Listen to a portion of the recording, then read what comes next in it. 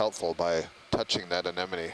If we could see it withdraw, that would really nail down whether it was an anemone or cup coral. But again, and Tim Shank is echoing this, the lack of visible septa, which are these plates that would be associated with the skeleton that you would see as kind of like ribs on the oral disc around the mouth, the lack of that suggests that this is not in fact a cup coral, but it is a sea anemone.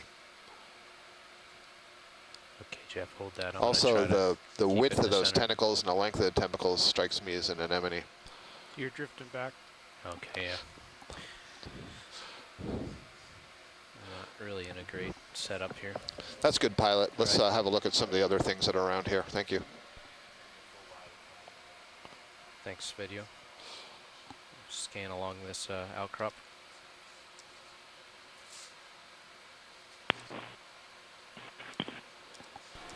Again, if you can see in the Sirius view in the other channel, we've got a pretty nice overview of this outcrop that we're coming up against this face. Really nice. A pink urchin down here in the lower part of this wall, this ledge. Is that of interest?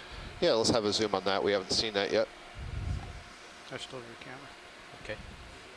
I'm gonna get just a little stable and then we'll go in on it.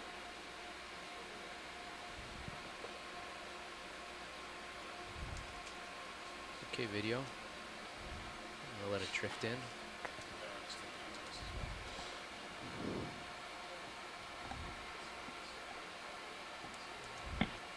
Just gonna float it up, Jeff. Oh, you are? Okay. Yeah, I'm gonna float up. Okay, video. Feel free to zoom.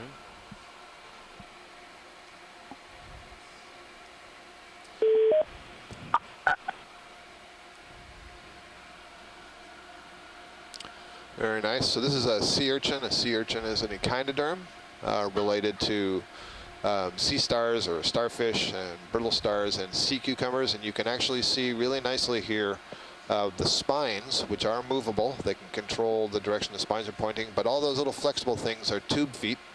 At the end of the tube feet, there are little suction cups. And so these urchins can move themselves along the bottom. The mouth would be on the underside. They would be like grazers, scraping food materials off of the bottom. Sometimes we see urchins, I don't know about this particular species, but we'll see urchins feeding on corals, for example. And the tube feet, you can't really tell on that image, but we're aligned in 5 rows. So all the echinoderms we see will have tube feet, and they always have their tube feet aligned in these rows. In this particular case, the urchin, if you could imagine a starfish and you grabbed its arms and you pulled the arms up above its back and then sewed them all together, you would basically have an urchin if you grew the spines. And so that's why you see those tube feet seem to go all the way over its back and above it. And it can use the tube feet to grasp materials and pass it down to the mouth. In shallow water, they may use those tube feet to decorate and disguise themselves. The spines, obviously, for protection against predators. Down, Jeff.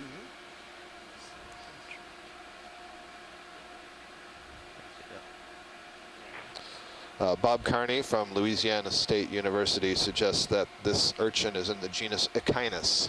So we would call this Echinus, or at least it's related to it.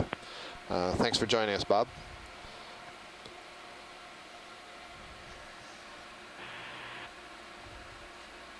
That's a beautiful image. Oh, another thing you can see there, really interesting, their structure's called Pedestal Area. They look like little tweezers, little white tweezers on the end of movable stalks.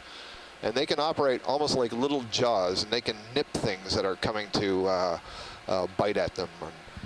That would also be another way that they could hold on to materials and hold it on the outside of the shell.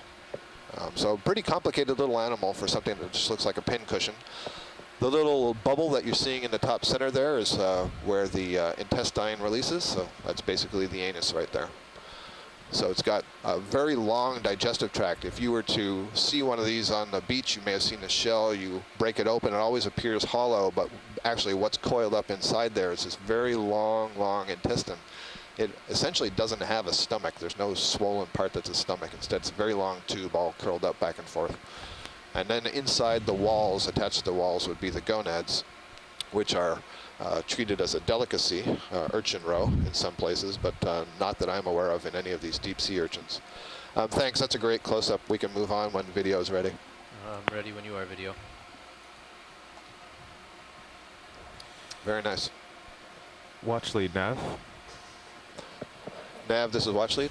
In the past, we've developed kind of numbering schemes for items you really want to remember. For instance, we could call this PC01, Phoenix Canyon 1. Roger that. So you would like me to give you some names to associate with the targets? Is that it? It's up to you. You know, I called it outcrop, but if you go back in a year, you might not know which outcrop was this one, so. Roger that. I'll check with Shore, see if they have a preferred naming system for the targets. Okay.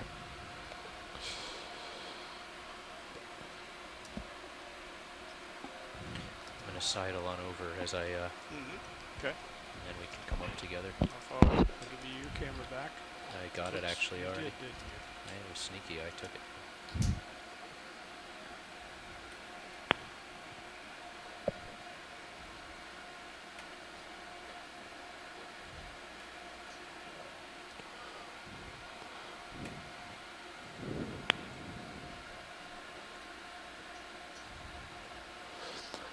There's a nice view in the Sirius camera of the feature that we're looking at. You can see that it's kind of a stepped up feature, a little wall that has sediment draped on it, and so there's small parts of the wall that are exposed, but you can see that the steepness of the slope is greater than it has been for the earlier part of this dive. Really nice angle. I'm seeing another cutthroat eel in the Deep Discoverers view in the main camera, stream 1. And can we get a quick zoom on the left side of the screen? I'm seeing something that is growing off the ledge just above 10 o'clock to the lasers, now directly above the lasers. And I'm not sure if that was a crab, an anemone, or an urchin. It's a little dark, isn't it? Maybe if I back up just slightly, we'll get a little light on it. What do you guys think? Okay, want to give us a partial zoom video as I stabilize. Okay, let's hold that for a second. Let me get it steady. Do we want to bring the swim arms out? That's what I was just thinking. You are more than welcome to. I see. So this is another urchin. Looks like the same one we were just looking at. It looks like tucked in behind it and to the left is a cup coral, really tucked underneath there. And I believe there's a little white Octa Coral just below the lasers, between the lasers, and just went off the screen just now. Otherwise, I'm seeing a lot of sponge, the white and the orange. And this may be a Stoliniferous Octa Coral, which would be a ribbon-like Octa Coral. Can you go tight on this coral, Jared? Yeah, go ahead. Try to be steady for a nice zoom and a nice focus on the polyps. So that is very nice. A little bit hard to tell if that is a Stoliniferous, or it actually looks to me a little bit like a young Acanthogorgia, but that is an Octa Coral. So this is would be in the group that we associate with the sea fans. You can see each of those polyps has 8 tentacles, and it's a colonial animal. Please. Thank you for that that zoom.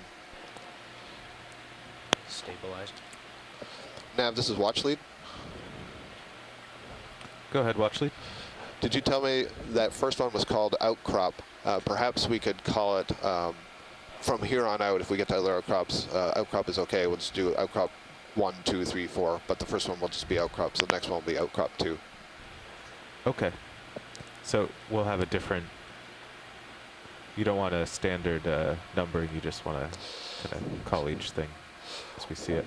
Right, so the feedback that I got from Shore was more to label the targets by the feature that we're seeing rather than PC 1, 2, 3, etc. Okay. So yeah, if you just let me know what you'd like them called, I can do that. Roger that, thank you. Very nice. Nice. We got the lower swing arms deployed. I think we've got a little more fill lighting on some of these overhung little features. Yeah, I got the port side swing arms deployed. I haven't done the starboard side. Okay, that's probably smart since we can't see it. I can't see the starboard side very well, Okay. but I can, as long as clear. I'll wait till I can see the other side. Okay. I think I can get the upper. And can we sidle a little bit along this wall? Just explore a little bit, Todd, as you're doing. Okay.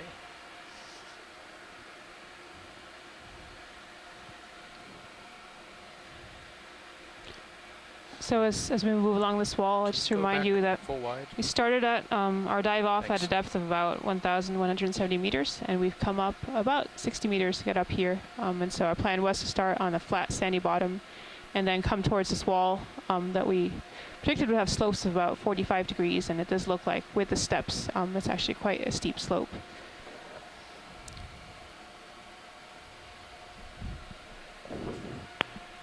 I'll also mention something that Jason Chater, one of our shore-based scientists, has pointed out, that the red color that you see in this outcrop here is possibly iron staining.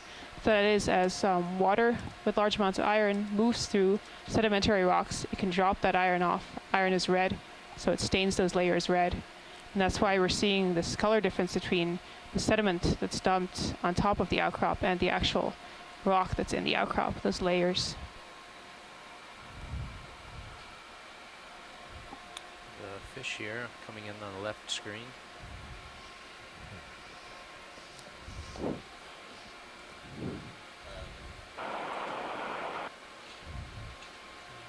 Get a stable. Little lumpfish on the right near that outcrop swimming towards the center of the screen. Yeah, Peter, I think we're getting in position to get a nice zoom of that.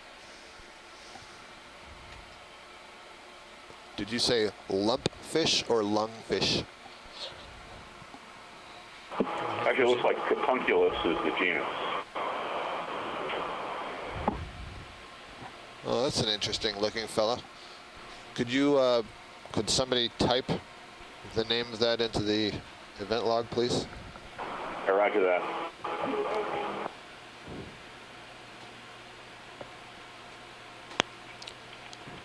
So our scientists ashore are providing us with an identification of this fish, and as soon as I see it, I will provide it for you.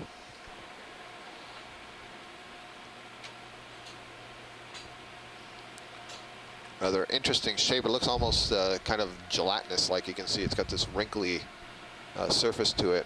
And, at least to my eye, I don't see the scales very well. Catunculus. Whoops.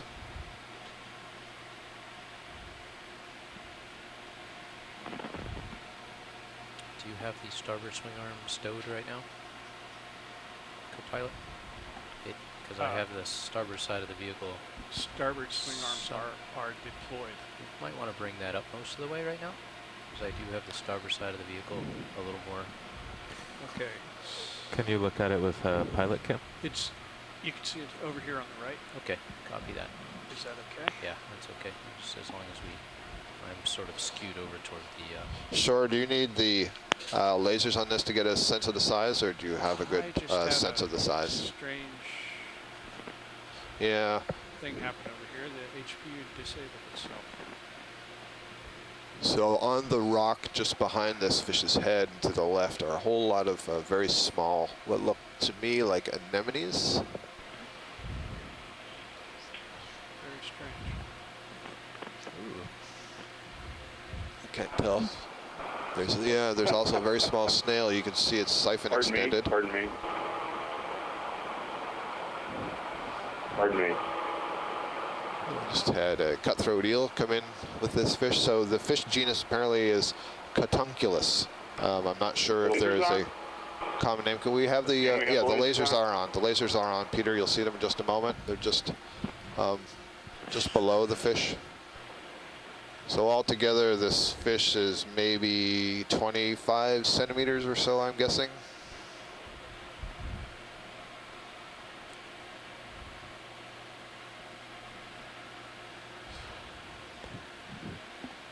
I tried, Emily, I tried searching that name and I couldn't find anything. So I'm not sure if the spelling is different. Scott, did you want a tight zoom on the rock to the left and above the fish? There's a snail right in front of the fish's head, Todd, if we could get another zoom on that. Okay. It's just almost the laser's touching on the right side there. The laser light just passed over it. Zoom tight. There's a little white snail. Jared, I'm going to tilt down. We don't often see snails down here. They're fairly small, but you can what you can see is it's moving along, and there's a flexible structure extending from the anterior end, its head end. That's a siphon that it uses to pump water into and over its gill, and it also allows it to sort of sniff the water ahead of it so that it can locate food sources. I'm not sure what type of food that snail would feed on. Some snails feed on other clams. Some are grazers, would scrape bacteria off of these rocks and so on.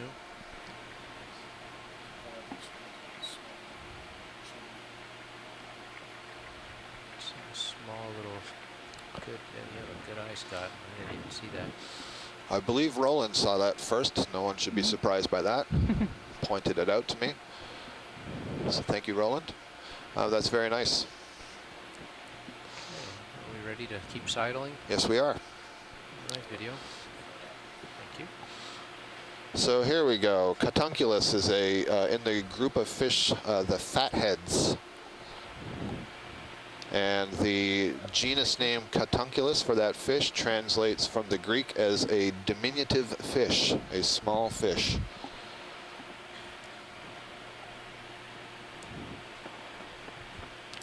And it looks like they get down to about 1,300 meters. Nice. Okay. Super. It's a good view of those rail cams. Oh. Yeah. And I'm getting all that information from Fishbase online, fishbase.org.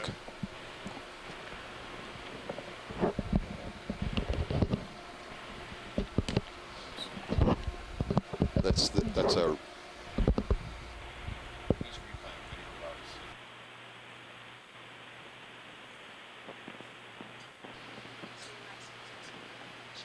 right. Oh, really?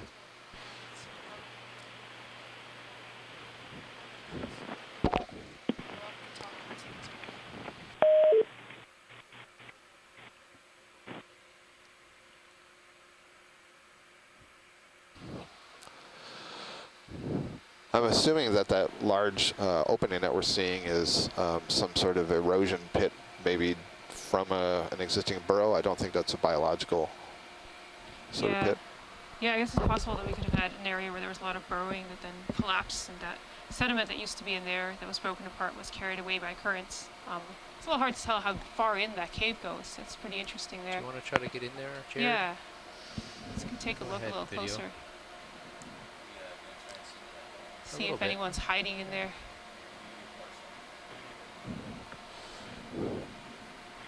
Let Susan see the layering at least, if not anything else.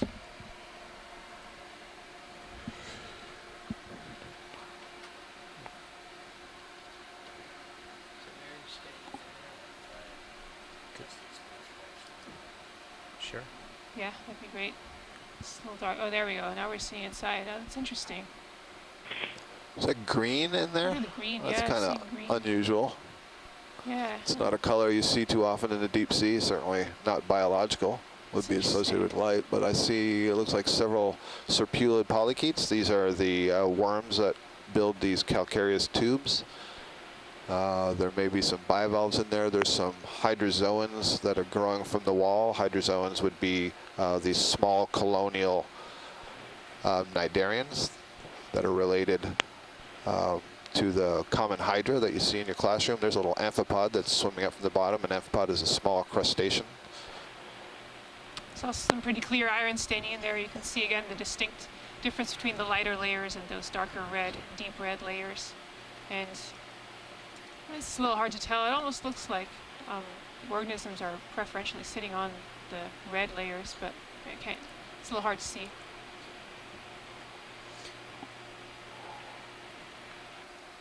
Yeah, it's hard to hold that.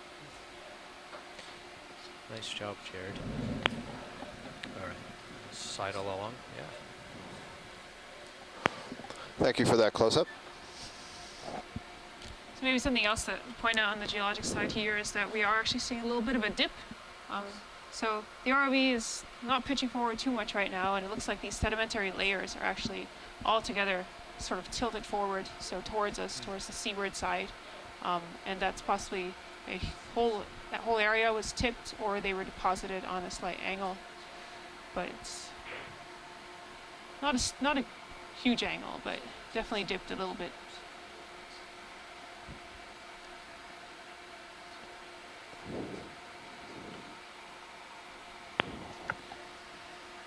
My toe in the sand there. I think I'm gonna start moving forward and up the slope, Jeff. Okay, If you you're need okay to with that. Come more to the left Okay, if we want to keep we can keep doing that. going straight up this way. All right, I'll come up at an angle. And again, the dip of those sedimentary layers is probably to some degree controlling these gentle angles that we see when we're in the sedimented areas. So I bet if we could dig down through those sediments, we'd eventually get back to the outcrop that we just saw. Adjust our Kind of delta. come Oh, you up already and are. over the top Thank of you, it. sir.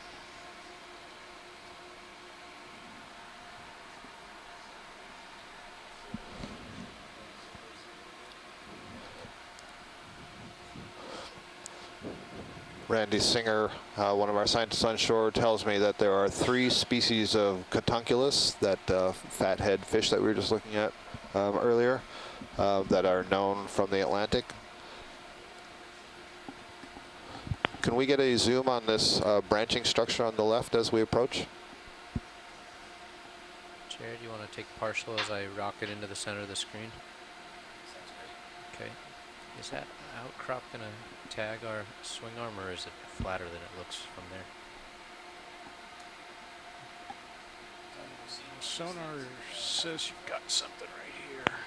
Yeah, I think we're going to want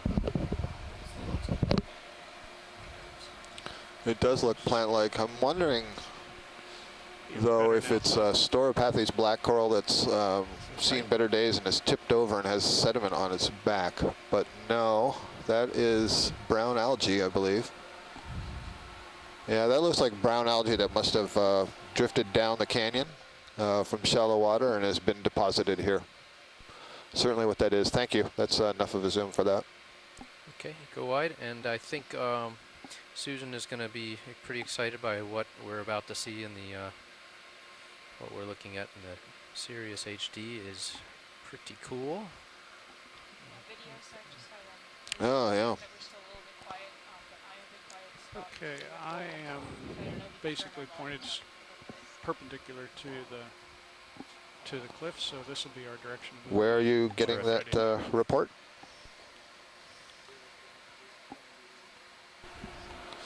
Oh yeah, look at this. This is beautiful. Look at that outcrop. Lots of cup corals.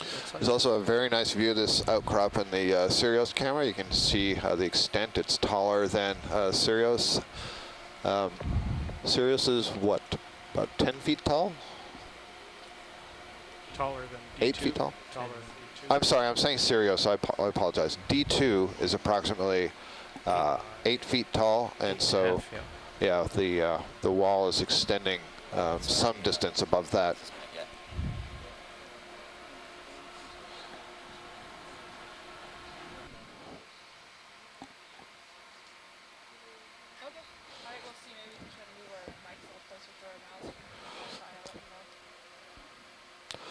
Amanda Demopoulos, a USGS scientist on shore, has suggested that that algae that we were just looking at before was sargassum. Sargassum is a floating seaweed that gets quite extensive out here in the middle of the Atlantic, and that may have been channeled down here into the canyons. Of course, we're at a depth far below the level of any sunlight, and so it wouldn't be living down here. This would be what we would consider detrital material.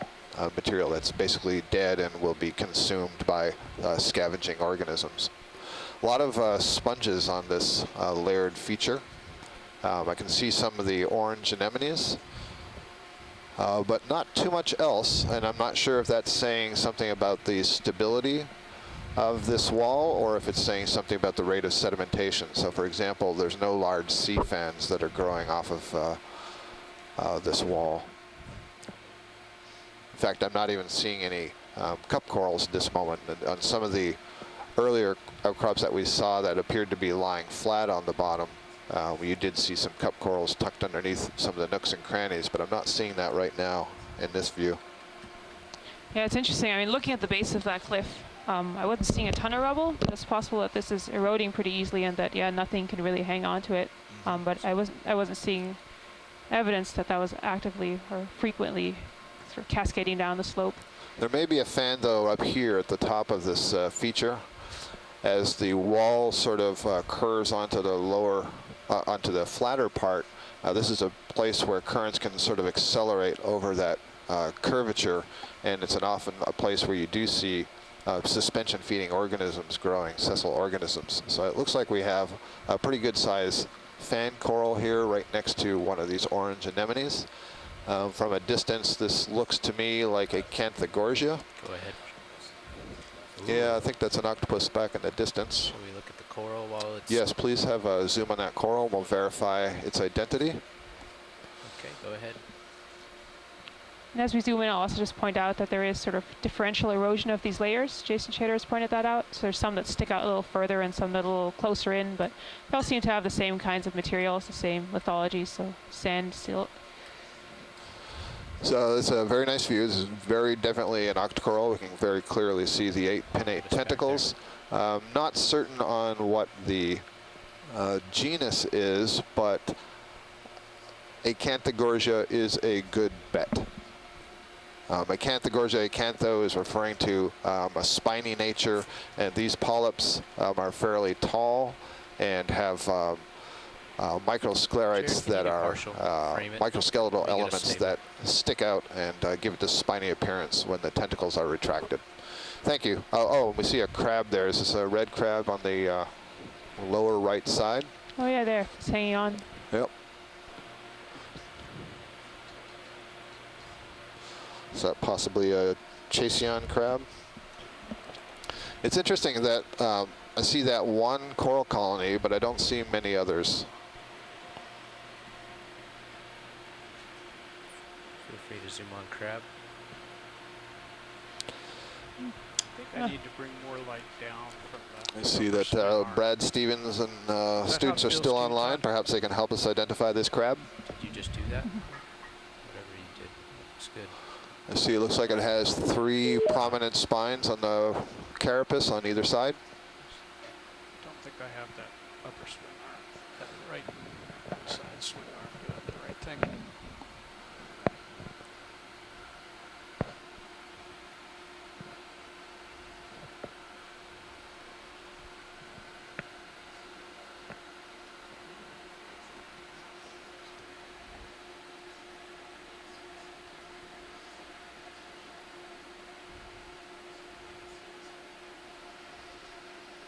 I don't think that's the typical Chasion red crab.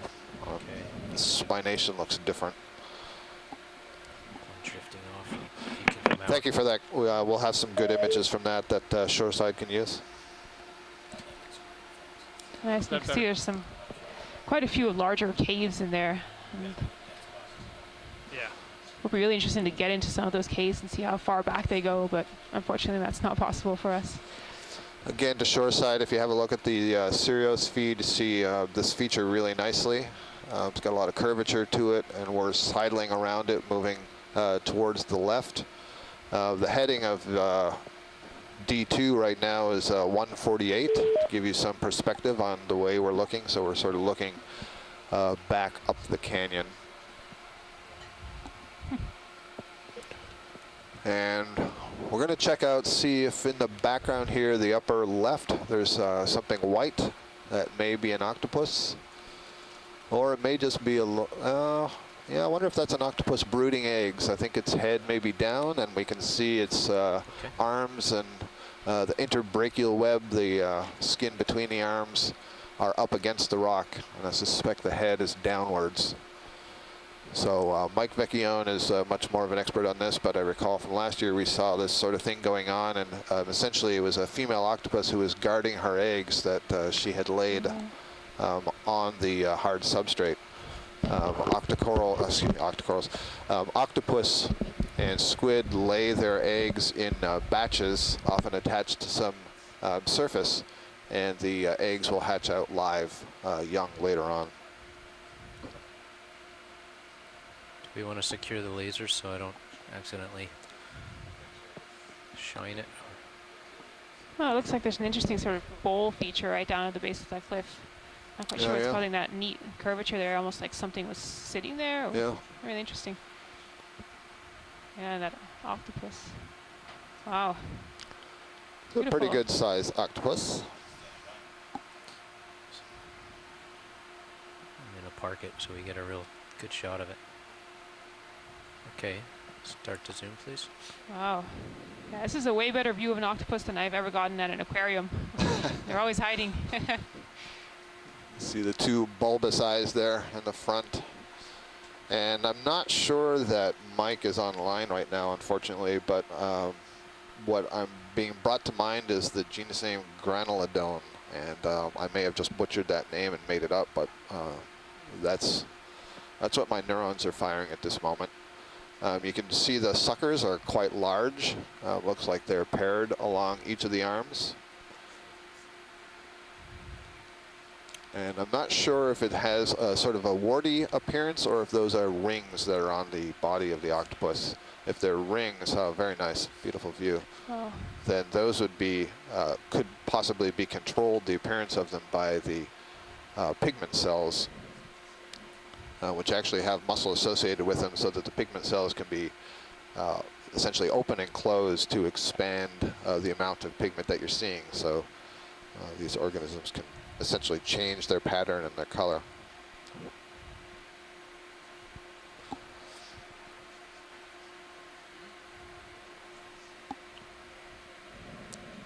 My recollection is also that some of these octopus will brood their eggs for a very long period of time. And by long, I mean months. Scott, I think I read something recently about an octopus that Mbari had been studying that it actually brooded for a couple of years. Okay. Thanks. I don't know who said that. It wasn't too loud, but somebody said, oh, that's Jeff, that some of these octopus may brood their eggs for up to 2 years. So that's an awful long time to have to sit in one location with your eggs, but very good parents.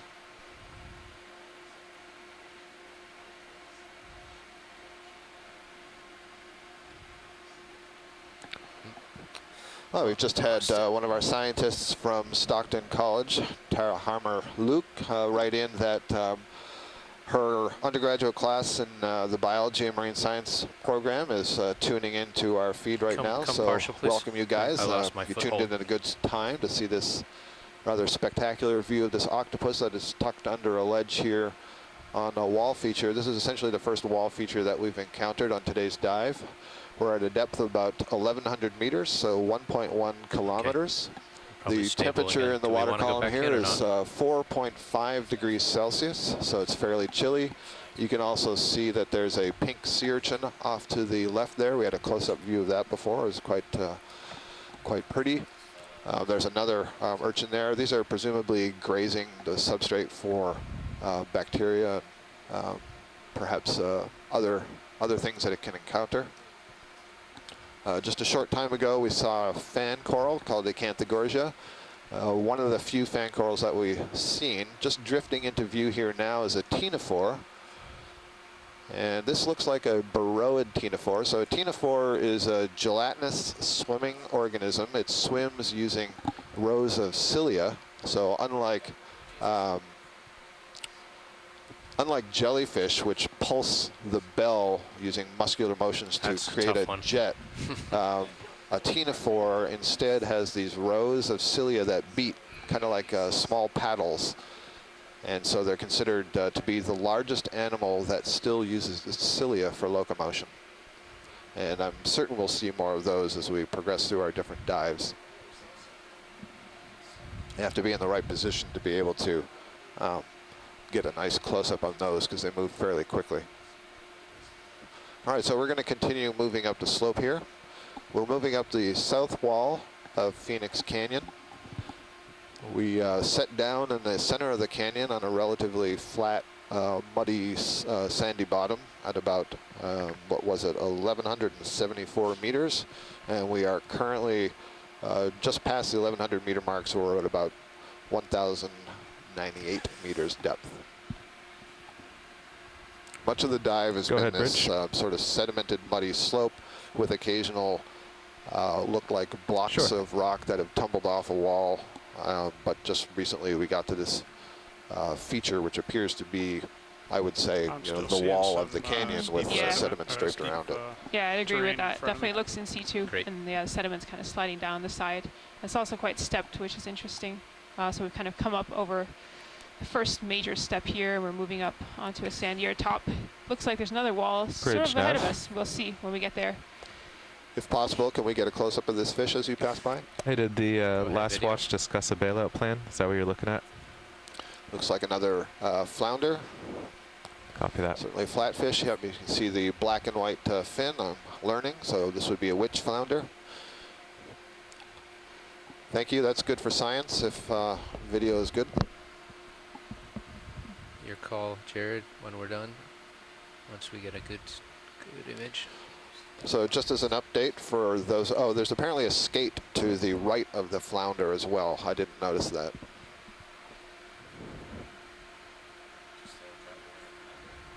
Okay, how far is the skate? I'm not sure, I didn't observe it. Just come out slow, and I will, yeah, I don't see it. I don't see it either. Well, Randy, if you notice that skate again, you can let us know. Is that it? Or is that? Oh, there it is, just to the right of the rock, right on the edge of the screen. Very nice. Over there. Oh, wow. Yeah, very nice.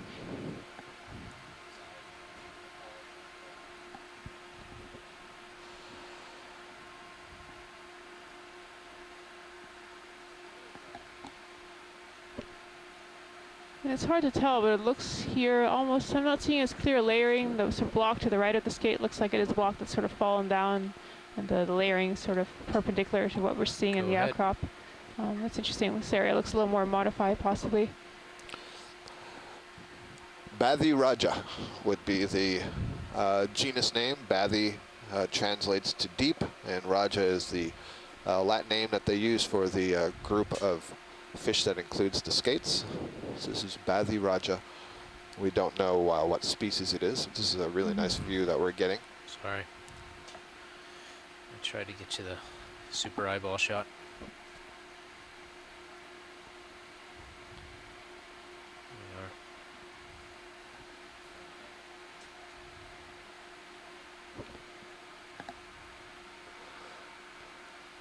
It's gorgeous. Yeah. When you're done video, we'll get lasers on it for size. Over his eye. Hopefully Randy, not. are you able to give us any information on the structures that are on the upper side of the skate here associated with the eye? Todd, you ready? Yep. Lasers. He does tell us that this skate is female, and hopefully he will tell us how he knew that. It has no claspers, so the claspers I think would be extending just to either side of the tail that's extending from the back. So the lack of claspers identifies this as a female. Let me try to get the lasers across the body.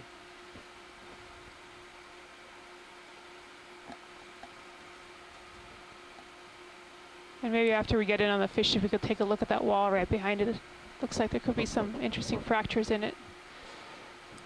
The one above the skate? Susan? Yeah, just right above the skate. I was seeing a little, almost a fault line going through it, a very fine one. Okay, is that good on the lasers? Susan's asked to look at the, I think we're going to have to open up wires to look at this wall. Is that right? Yeah, whenever you're done with the skate, just right above his head. Yeah, that sounds good to me. Let's go in. It's just right above where his eyes were. Yeah. Feel free to zoom if you need to, Jared. As we're looking at the Gelges wall, you see there's a lot of sponges. I see some anemones hanging off. There's various little, what look like sticks and tubes. These would be tubes of small crustaceans, of worms. There's all kinds of things that are living in and among the sediments that you don't notice until you get really close, or you take a sample of sediment and bring it up and sieve it and look for all the organisms. But it's pretty rich with organisms that are quite small. And I am kind of seeing a little hairline fracture. If we could zoom out a little bit and move right. It's really hairline, but it's so straight and it's cutting through that entire layer, sort of in the middle of the camera now. But that's some evidence that there's some breakage happening here, or some faulting, possibly that would be a fault, but it doesn't look like there's been much movement along it. But I can imagine that if anything came down, that whole face could split along that hairline crack. That's great. Kind of. What looked like small polyps with tentacles there may have been a series of hydroid polyps. So in the group Hydrozoa. Looks like we're almost ready for a move. Yeah, the sonar's showing something steep in front of Sirius, so... yeah. Do you just want to do a 10 meter? Well, I was going to say, why don't we get the ROV just to keep pushing out, and if it just gets 10 meters in front of me, it might see whether that's a really high wall or not. Okay. Before. The other thing we haven't talked about, the cliff is rising to our south, and the wind and current both push the ship to the south if we were to lose propulsion. Yes. So in that event, we would have to go up as fast as possible. Okay. And Todd, you could always drag me away from the wall if you had to. This is true. There's sort of a neat triangular or elongated triangle looking piece just down at the bottom of the screen.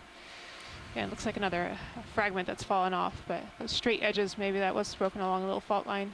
Triangular center screen for Susan. Yeah, let's see if we can look at the edges of that. Do we do a partial zoom on the edges, Susan? Yes, please. Go ahead, video.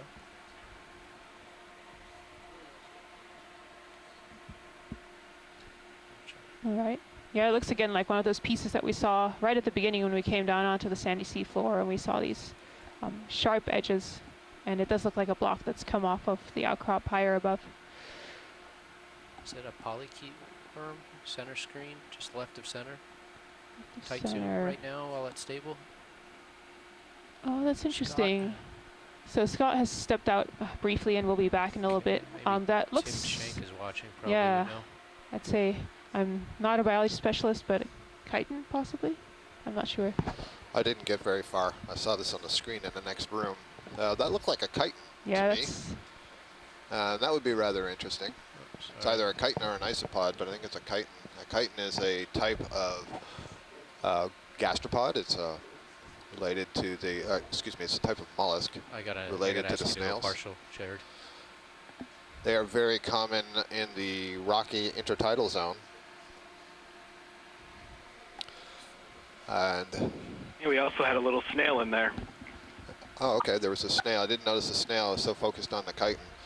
Chitins are adapted to live where there's a very strong wave action. They can use the muscular edge of the body to clamp down onto rock. Have you already noted the skate as well? Is that the same skate, or is this a different skate? Must be a different one. He's looking down slope instead of up. Okay.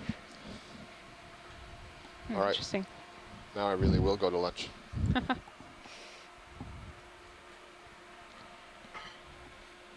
Lift off and stretch out. I think, given that I'm pretty far out in front of you, I might already be tickling what you're saying. Okay. Or just about. Yeah. What do you think? Yeah, so Nav, I'd be good with a 15-meter move. 15 meters sounds good. Just till I see over the top of this thing. Bridge, Nav.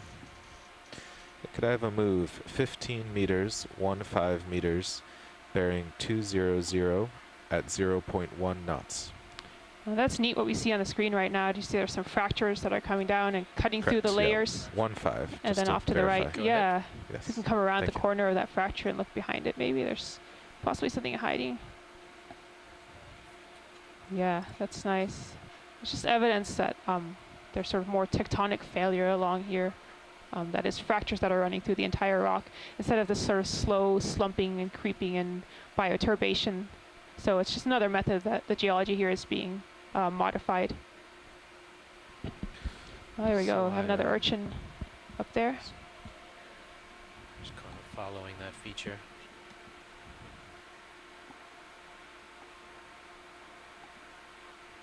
Yeah, let's see if almost looks like there's a gap there in So that here's fracture. here's where the ship's been for like an hour. So it's just dropped hundreds of points. Its whole trail is right there. And I just dropped a target here called Start. I double clicked on Sirius and called it Start. So that's where Sirius is now. And so now the ship's going to start This is moving a nice, 15 meters this way. I forget how to And then pronounce we'll be able this to type see of cup coral, right? the ship will stop. Cup Chris coral. or something like that. Desmophilia, that's it, isn't it? Yeah, nice Desmophilum, cup coral, stony coral, hard coral. Want to do zoom? Let's At take a least look at that, partial yeah. For me. Not too tight. Let me try to keep it stable. You can see the septa. Yeah, I don't think its polyps are out, are they? Polyps are not extended. Okay, video. You want to take tighter as No. it floats in center?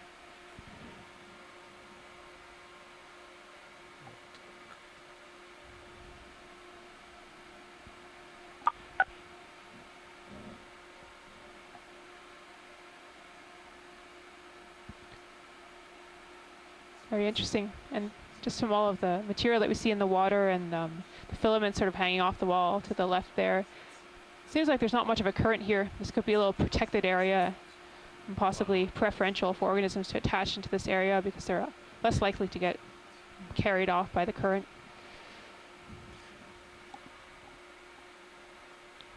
And yes, Brian Kinlan writes here that it is Desmophilum, polyps not extended.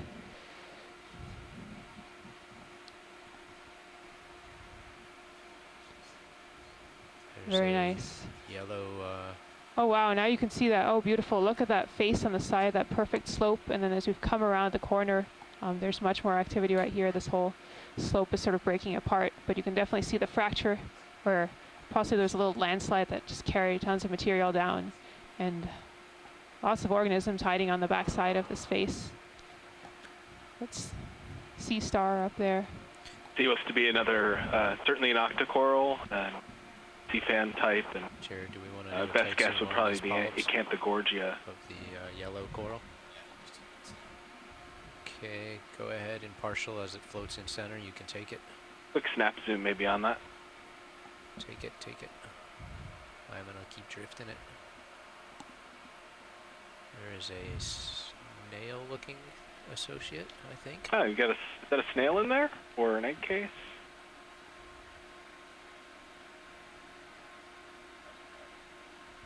Hermit crab. Oh yes, look at those Two. hanging off. Crab. Interesting.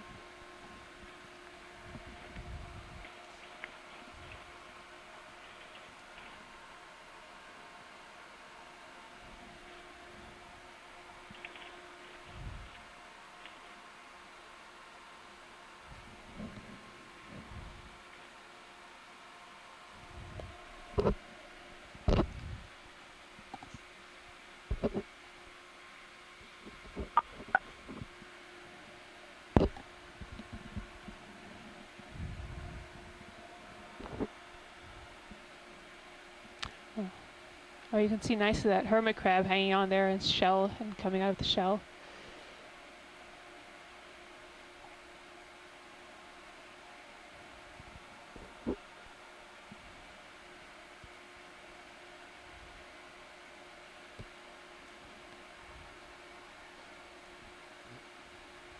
Okay, maybe lost the zen.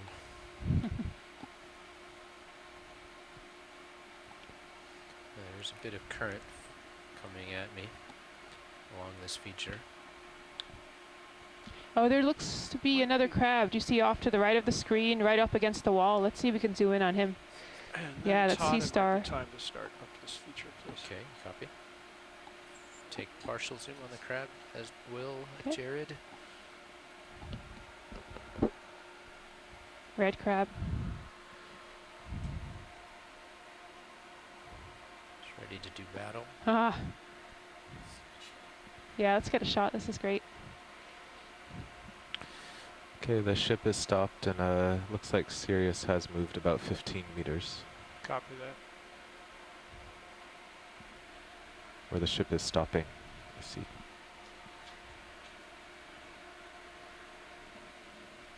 Yeah, about 10 meters from the feature.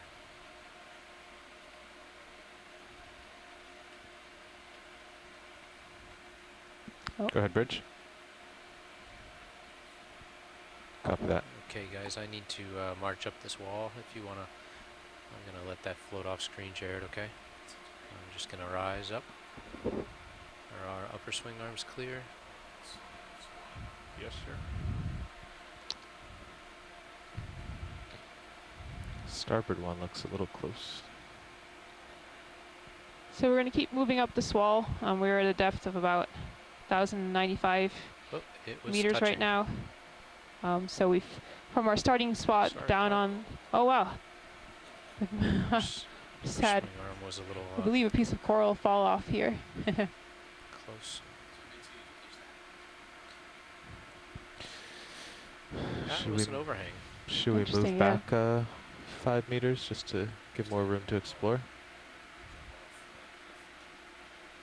Yeah, there's a striking overhang here, and that shows you how well cemented these sediments are, that they're not just collapsing under that weight.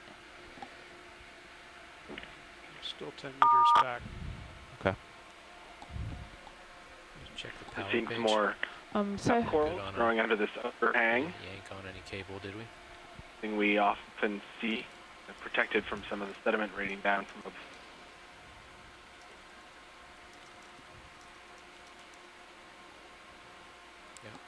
It's happy. When the Desmophilum cup corals grow on top of each other like that, they can start to It's form another a framework. octopus. Can possibly serve as habitat for a variety of invertebrates. Oh, and there's a limid bivalve up there. oh yeah, that's okay. Orange bivalve. Yeah, right. We're and then another octopus, Another I think, octopus. above. Appears Yeah. to be the top. What do you think? Oh, it looks to be another very large limid in the underneath serious that view. overhang there's as a well. ledge, Interesting. isn't there? But look at the serious. Yeah, let's see if we can sonar zoom in attack. Like on that scalp, but bivalve they're there. actually in a Better. different So family. I think Go I'm ahead. up at the Yes, top please. now. Okay. Oh yeah. So I'm good. Fly trap? I'll let it float.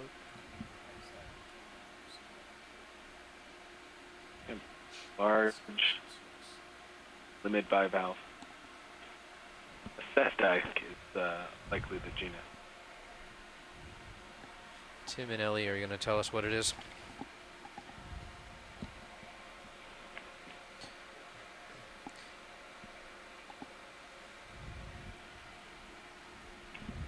Our scientist Ellie Boers ashore is a cellist.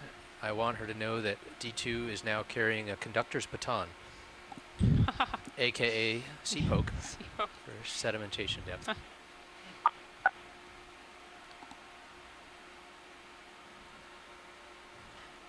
That's interesting. Shore-based scientist, you can correct me if I'm wrong here, but is he feeding? Is he open there, feeding?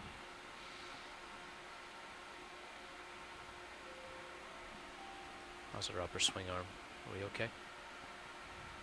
I don't want to do what I did. What about lower starboard? Our starboard is... Lower starboard's in the video. Oh, gotcha. I didn't see that one. Sorry, I Jared. can see the shadow from the lights, Todd. So I Oh, there's two in there. Interesting. Lots of little corals down Maybe I here. can get a better view of the Those second cup one. corals again. Wow. I'm going to reset up, Jared, before we go back in. I think we could probably get a better shot of the second one. It's more open and better angle. There's some, is that bony? Was that Those are Ophioroidia? the We do have cup corals hanging on the wall here. dead, some alive, some with the polyps extended, and there's some Stoliniferous for our first branched hard coral. Okay, that'd be great to get a zoom on that colony of what's likely Stoliniferous. Also seeing another urchin hanging on there, and then to the right of that urchin further down there's a pink organism I can't see at this distance, but that could be interesting to check out. I think I heard them saying they want to look at this hard coral. Is that correct? Yep, that's correct. Todd, do you want me to pull Go those ahead. upper swing Coral arms Colonian back scleractinian. I think that that'd help? be smart. All right, I'll get that for you.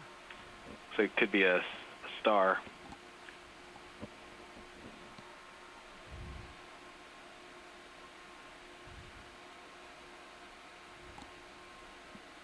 Oh.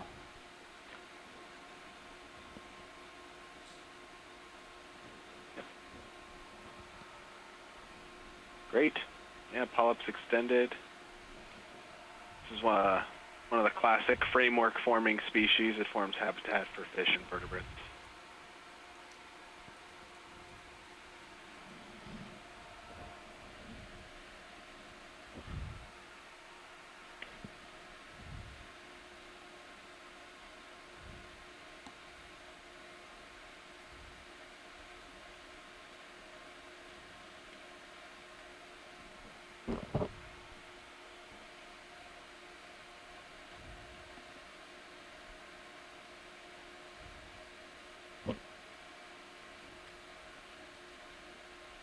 There we go, there's an urchin coming up.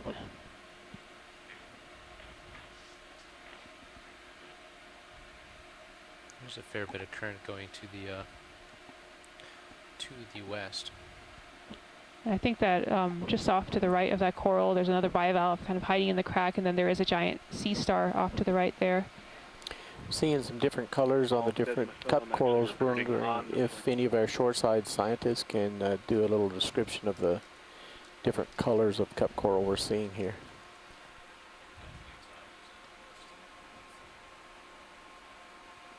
Oh, 11 o'clock.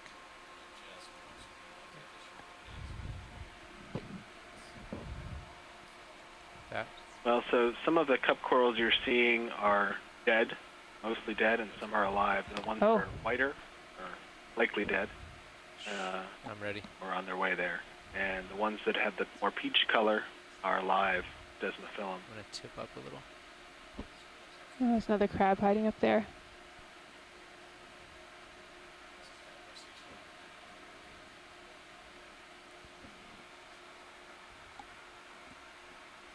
Interesting. We do get other kinds of cup corals, but I'm not seeing anything that's definitively other species here. Settle, settle. Else wants to chime in. So we've also had a request from the shore-based science party to go look at the sea star that was down to the right of that coral we saw before. If we could, I don't know, pan the camera down there or move over there on our way out. That'd be great. Thank you. Ship is stable. We're just hanging here exploring right now. Okay. Yeah, so there's that sea star that's down to the right of that coral that we looked at earlier, close up. Let's zoom in on him if we can. So Jeff, you tuck the arms, upper arms back a little. Are they pointed mostly straight down now or more out in front? They're pointed down at about 60 degrees. Okay. Oh, another yeah, So you've skate got sort of sitting on that wall. Dark Center. center, yeah. I get too close. I can't bring more light in there. I could bring the lower swing arm. No, Jerry, I can't really. do you want to look at the sea star while before I lose it? Yeah, let's take a look. Hold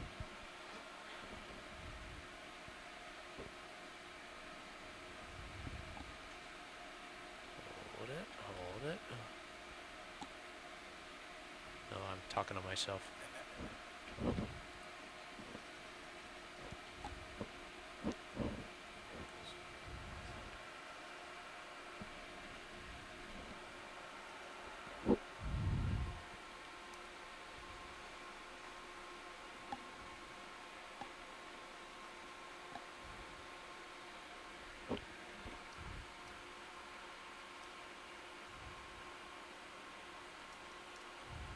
View of the cup coral there and the sponge. I've got a reset up, getting set to the west. Jared, if you can come out, let me back up and reset. And also, we've had another request from shore to go look at that crab again that we had up on the wall that we were looking at. See if we can zoom in and get a nice shot of that. Okay.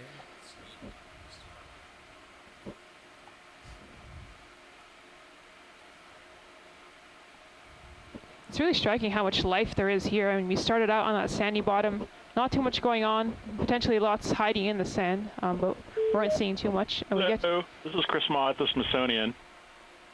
I was just noticing the sea star that you guys were observing. Okay. That's Chondroster. I think it's Grandis.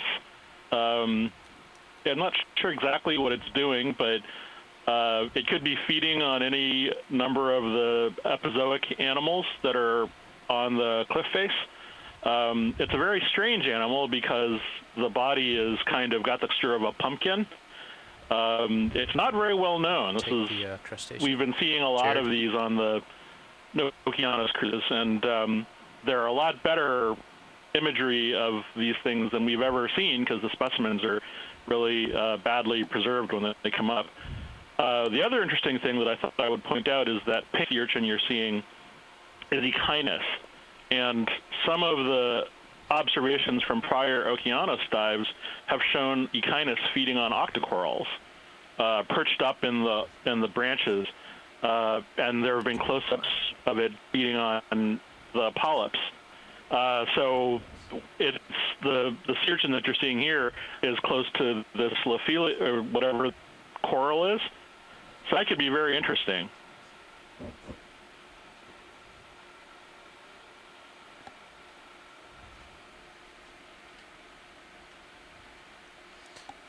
Let me reset, Jared. But there are a number of epizoic animals, looks like some sponges and some tunicates, that the sea star, getting back to the sea star could be feeding on. But there's a smorgasbord of echinoderm food here, so I think it's really interesting.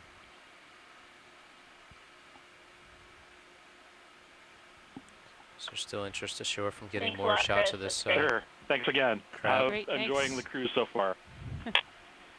Thanks for participating by Twitter. So we had another comment here from Randy Singer on shore who reports that the white-colored shark that we saw earlier was possibly Aprosturus, a ghost cat shark. Where to, guys? What do people want to see? This is Brad Stevens. Lots Silver to see. Spring. We're looking at a Up and juvenile left, king crab octopus up and left. What else? on this wall. There are a couple of species known from the area. Neolithodes is one Over of them. here. I've never seen one that small before, so it's hard to identify it to species, but it's pretty neat to see how it's tucked into this habitat. Very cryptic. King crabs are known also as rock crabs because they like to hang out on rock faces, just like this. There it is doing its thing. All right, so coming around this wall, I guess we can kind of see off to the right on the camera another skate hiding in the sand there. So it's like he's taking advantage of this little terrace or flat spot on the wall. And you can see there's all sorts of different interesting environments here for organisms to hide in, and they're all finding their niche or where they're most likely to survive and get what they need, their energy, and or hiding from predators. So that's why these hard rock surfaces are so interesting to study.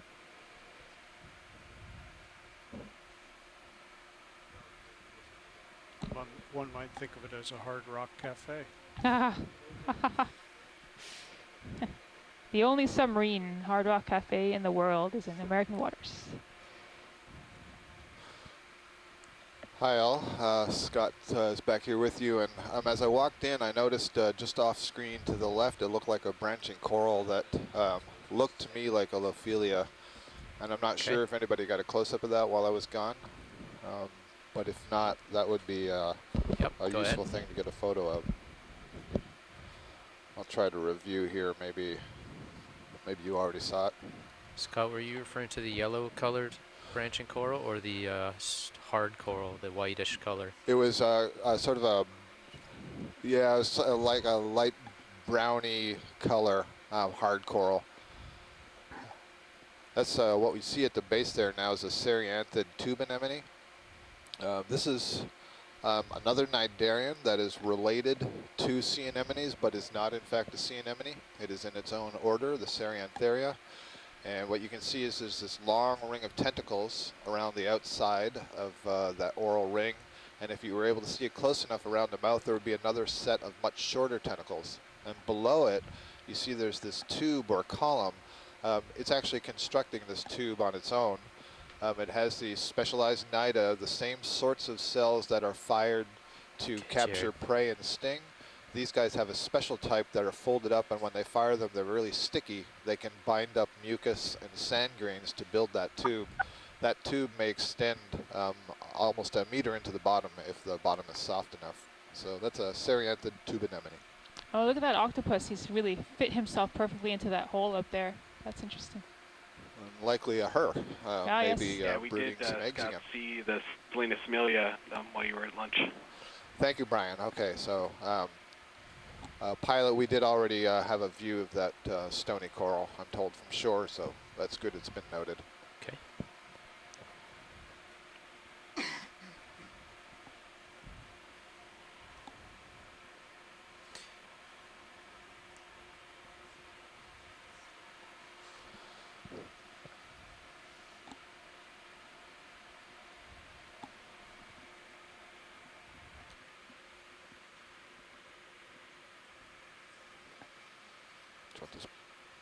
It's a little dark in there, isn't it? Is that a small Anthomastus in the upper left, the red? Do you want to go in on it, Jared? It's too bright right now, Brian. So we'll wait until we image this octopus and then have a look at it.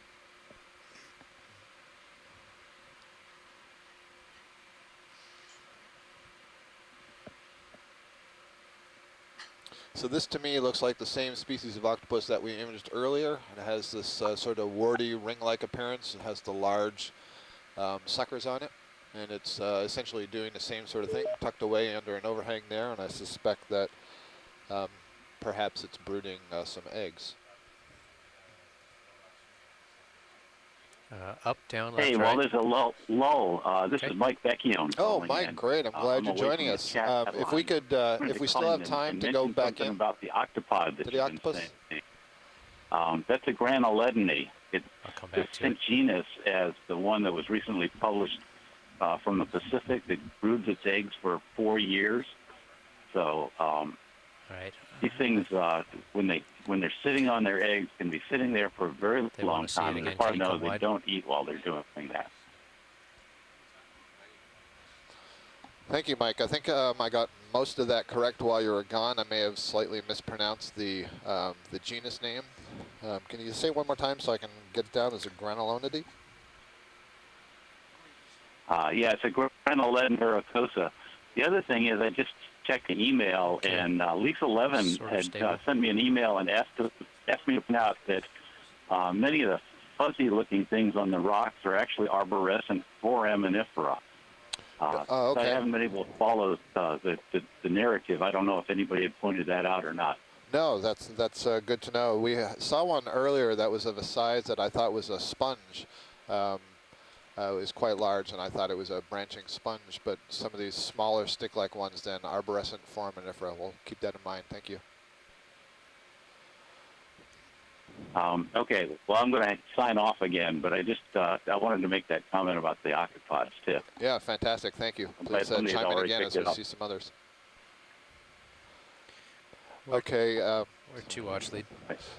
Pilot is watch lead, so we can move on from the octopus. And you see there's a red, bright red coral in the upper left. If we could have a quick look at that, please. Okay.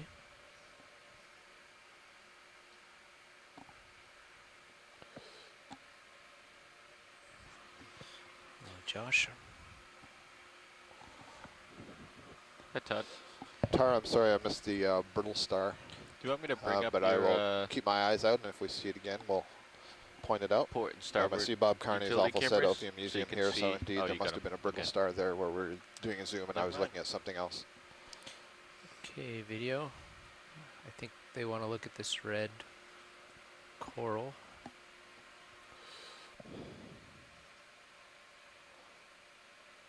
Yes, that is indeed an Anthomastus. Anthomastus is an Octa Coral. I described one that we saw somewhat earlier as being kind of like a little fist coming out of the bottom with the polyps arising out of the fist, and they can be retracted completely inside of that.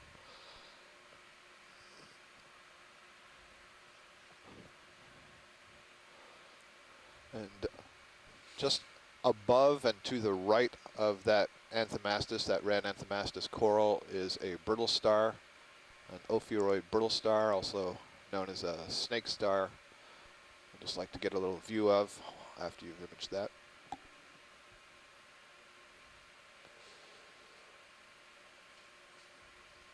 It's beautiful.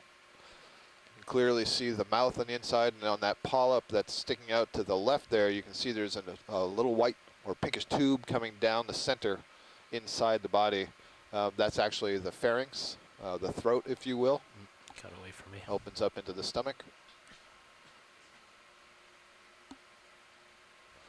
There's some other small hydrozoans that are clustered around that Octa Coral.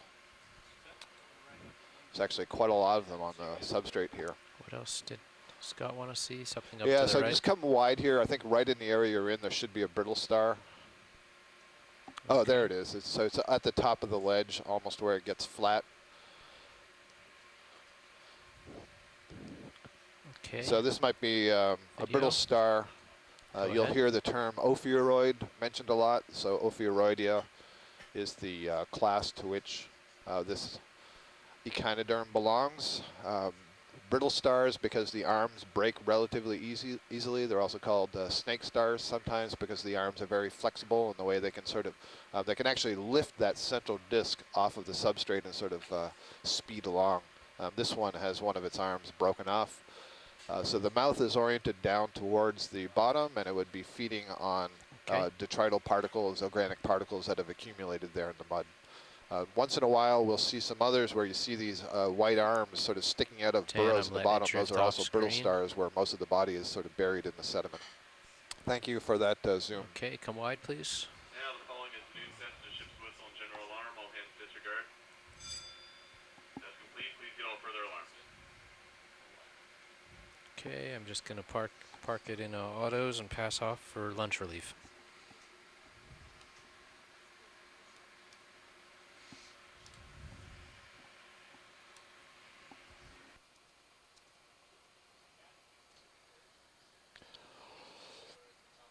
We're having a brief change here of pilots, so one of our pilots can go get their lunch, so I'll give you a status update. We are in Phoenix Canyon, moving up the south wall. We are currently at a depth of approximately 1,090 meters, 1090. Temperature here is about 4.4 degrees Celsius. We have traversed approximately, or we have come up approximately 100 meters depth since we got onto the bottom.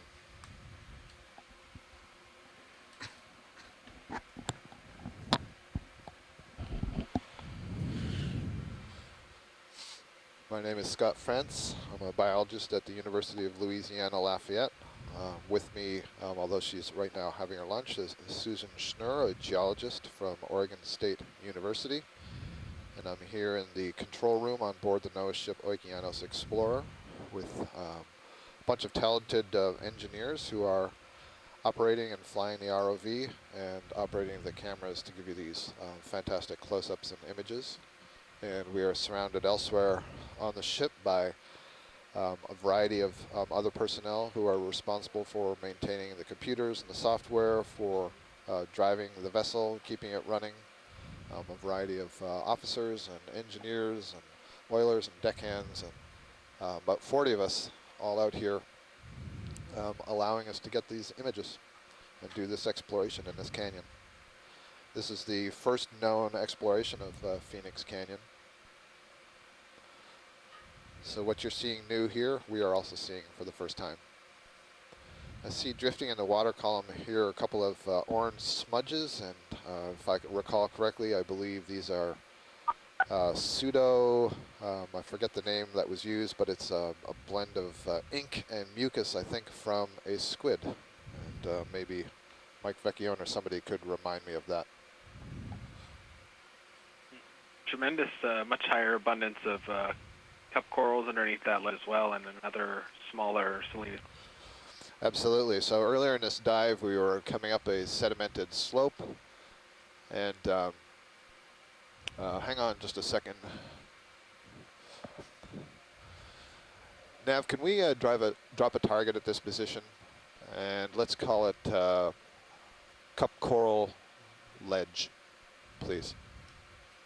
Might be good to, if we could, a peek under the ledge. I don't know how feasible that is. Yeah, headed there now, Scott.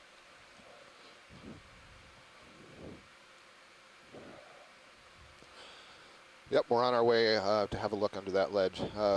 Nicole, thank you. Pseudomorph, that was the word that I was looking for. So those two orange blobs that we saw in the water column there are referred to as pseudomorphs, and I believe that they are a mixture of ink and mucus that the squid would use as kind of a decoy. Eject that into the water column while it swims another way. And please, on shore, correct me if I'm getting that wrong. Yeah, videos, pilot, see if you can push the exposure and get a look back in the back there. Can you repeat that? We want to see if we can see into the darkness there in the back of this area there. You got it. Okay, that's the end of it.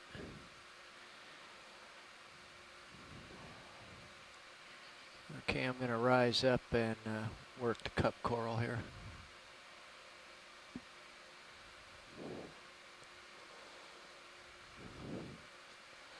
So I was noting earlier as we're coming up the slope, we had this gentle sediment-covered slope, and then we came across a couple of these outcrop features, these ledges, and now this ledge here is really densely populated with cup corals, solitary corals, and you can see them all tucked underneath there. Let's get a partial zoom video. And in one respect, that's a good place to be so that you're not being buried by the sediments that are drifting down the slope or accumulating through the water column. There's also a colonial stony coral there right in the center of all these cup corals. And on shore, I think I'll be told if, oh, okay, I'm getting a report that that is Stoliniferous. So that is the name of the genus of this coral that we'll get a closer up look at that in just a moment. And then surrounding it, the cup corals go by the name Desmophilum. It's coming a little bit tighter video. Both of these are scleractinian corals. These are stony corals. You're probably familiar with them in shallow water tropical coral reefs. They build the major structure of the reefs. And so these have a calcium carbonate skeleton with a thin layer of tissue draped over them. The solitary cup corals you see right now, the tentacles have been withdrawn. So all you can really see are these rib-like structures that are called septa. Those are parts of the skeleton. And the light orange color that you see is the soft tissue where the tentacles would be and the mouth would be in the center. That branching structure that you see on the right side of the screen is a colonial stony coral. So each of the polyps are joined together and their digestive cavity is continuous among them. I see right in the center of the screen now, there's a light white branching structure. That sounds perfect. I was just thinking the same thing. Corals. That looks like an Anthopods coral. Some more zoom, please. If it is, we'll get a zoom on that in a second. That's an Octa Coral. Got it. Fairly different from these other stony corals that you're seeing. Partial. One of these ones that has the 8 tentacles surrounding the mouth. It's kind of tucked up in there. Those are actually fairly large polyps. But I'm not sure what else it would be, so I'm going to go with an identification of Anthopods or a close relative.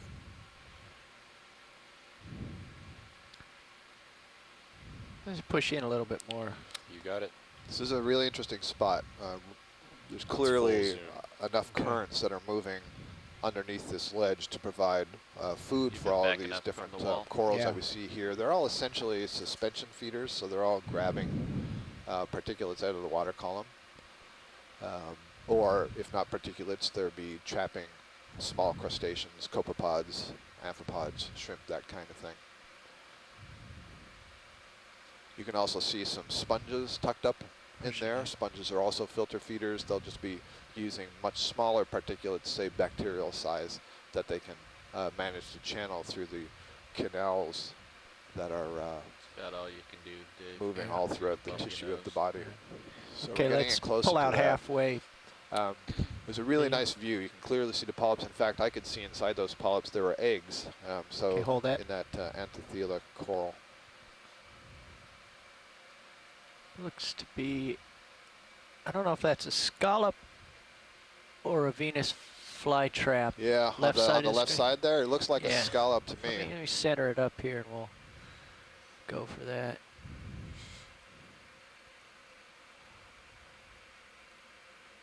Let's get a quick zoom, please. Video.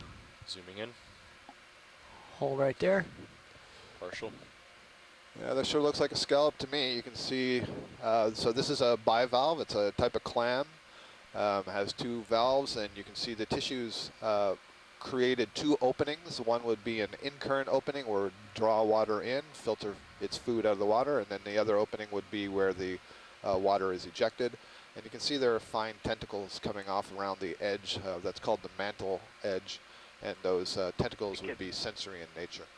Let's come out again, please. It's a little Very tough to see from this angle, but it could also be one of the limid bivalves, which Okay. we've been seeing that look a lot like scallops. Okay, Yeah, it's limited bivalve is another possibility. It's completely tucked in, so we can't see the shape of the valve itself. We're only seeing that mantle opening. There's a closed one. There might be another one up here, yeah, that's coming into view on the upper left. Looks like it's closed, so maybe we can get a better view of the shape of the shell. And there's yet another one just come on below in, that video. and to the left of it is slightly agape. So Brian or somebody else who has a better It's sense, partial. yeah, I see That's Bob Carney here is also saying limnid.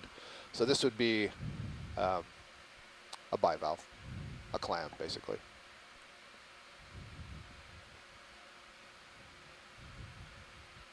Okay, video, let's come full wide. I'm going to continue walking to the left, to the east here along this face. So these bivalves would be similar to the mussels that you see in shallow water. Mussels and these limnid bivalves use back in abyssal halfway. threads to attach to the substrate. So abyssal thread is basically a secretion from the foot of Yeah, the that's mussel that becomes hard. So it's like a little thread, and it'll put out several of these threads that it can use to glue to whatever substrate it wants to remain attached to. And I see something in the center there that must be an anemone, or is that an urchin? I think Maybe it's that's another urchin. Urchin. Quick zoom on the... Yeah, so this is another one of the pink urchins. We've seen several of partial. these this morning. That's good. We Crawling got an about in ID. there. Thank you. Okay. Just come back to the previous zoom. That's good right there. I Halfway. can work. Yeah, I can work with this.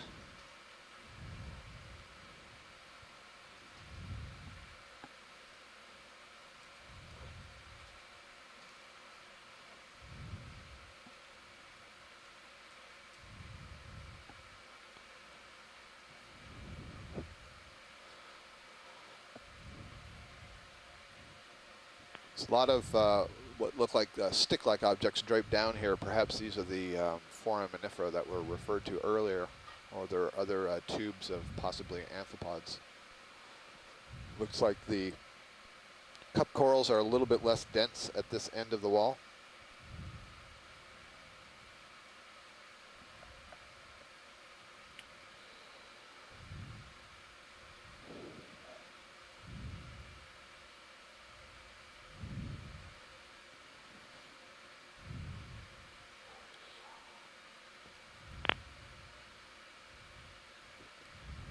Nice steady pen you got there, pilot. That's good.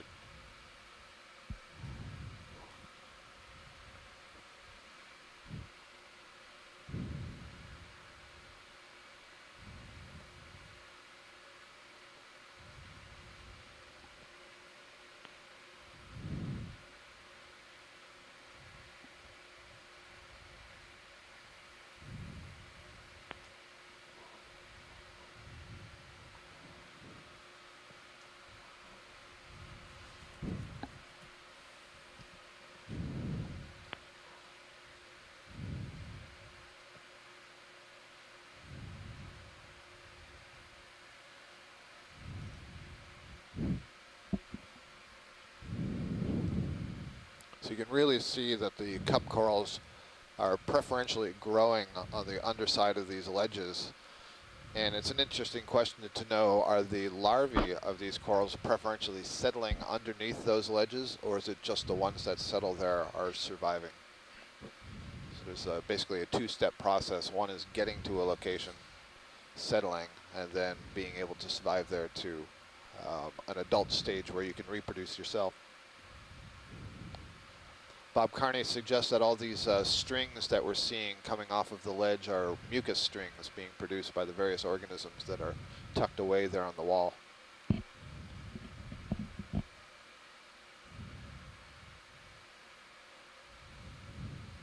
Let's come full wide, please, video.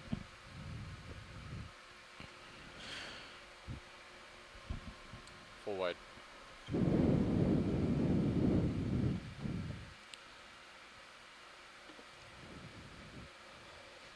For the ROV group, we've had a lot of comments on Twitter that the quality of the feeds is just amazing, and people are quite interested in what kind of cameras are mounted on the ROV. So when there's a good opportunity, if somebody would like to speak to that point, that would be useful information.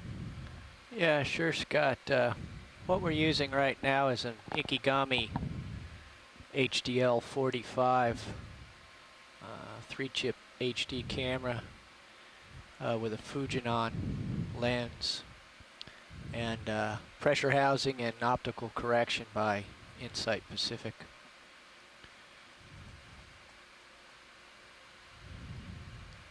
Thank you, Dave. A little branching coral here around the corner. I'm just Yeah, gonna this looks like something new coming off the corner. Jason has also written in that we just passed a small slope failure there. So parts of the wall that give away and contribute to the erosion of the overall feature. Earlier on the dive, we saw these large blocks of rock sticking out of the sediment, and they're probably things that have been released from this wall and tumbled down onto the slope and then become colonized once they're down there. Get plenty of leech, Dave. Yeah, thanks, Josh. So it's interesting, you know, we just saw a ledge with very high density of cup corals, maybe All right, a couple pilot, or co-pilot. handful of the branching colonial forms, Selenosmilla, very few octocorals. And here's, we're at least getting a couple. I see there's one here in the center of the screen. Yeah, There's another one coming up it's in the probably upper the left. cliff. Okay, Vinny, if we could get a zoom, please. You got it. It's all right there. We're maneuver. So this looks like yet another Acanthogorgia octocoral, and the way I'm coming up with this identification of Acanthogorgia is you can see that the polyps that extend from the branches, each of those polyps, as a reminder, is the feeding structure, so it has its own ring of tentacles and a mouth. Each of them is relatively slender and tall and kind of looks a little bit bulbous on the end. So that, along with the general color and the shape of the branches, are what are suggesting to me that it is Acanthogorgia. There's something else that's growing off of it, brown and to the left, that is probably a hydrozoan colony, so a colonial hydrozoan. But back to the octocorals, and you know, most of these things that we're seeing, in order for us to be absolute in coming up with an identification, would require a collection of a piece of it that we could look at under a microscope and do some genetic analysis on. And so that's the way that ultimately we get to identify a lot of these things. There have been some missions in the general area up here in the western North Atlantic, and we have collected some of these organisms, and so we have a sense of some of the species that are out here. Certainly we won't know them all. We're certain to find new species down here, but it'll take future expeditions to come and do a detailed sampling of this material. For now, we're content to explore, see what we see, and find areas that we would like to come back to do some more science. I see just to the left of this octocoral colony, there's a cup coral and an urchin right next to it. That's one of those Desmophilum cup corals again.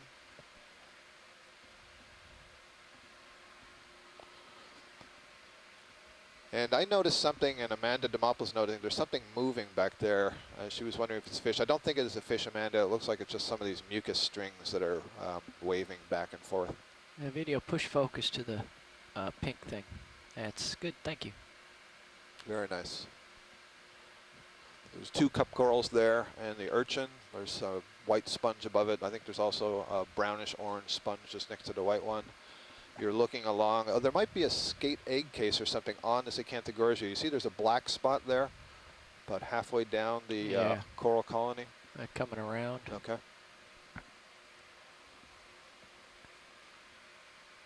Okay, video pull focus to the right margin.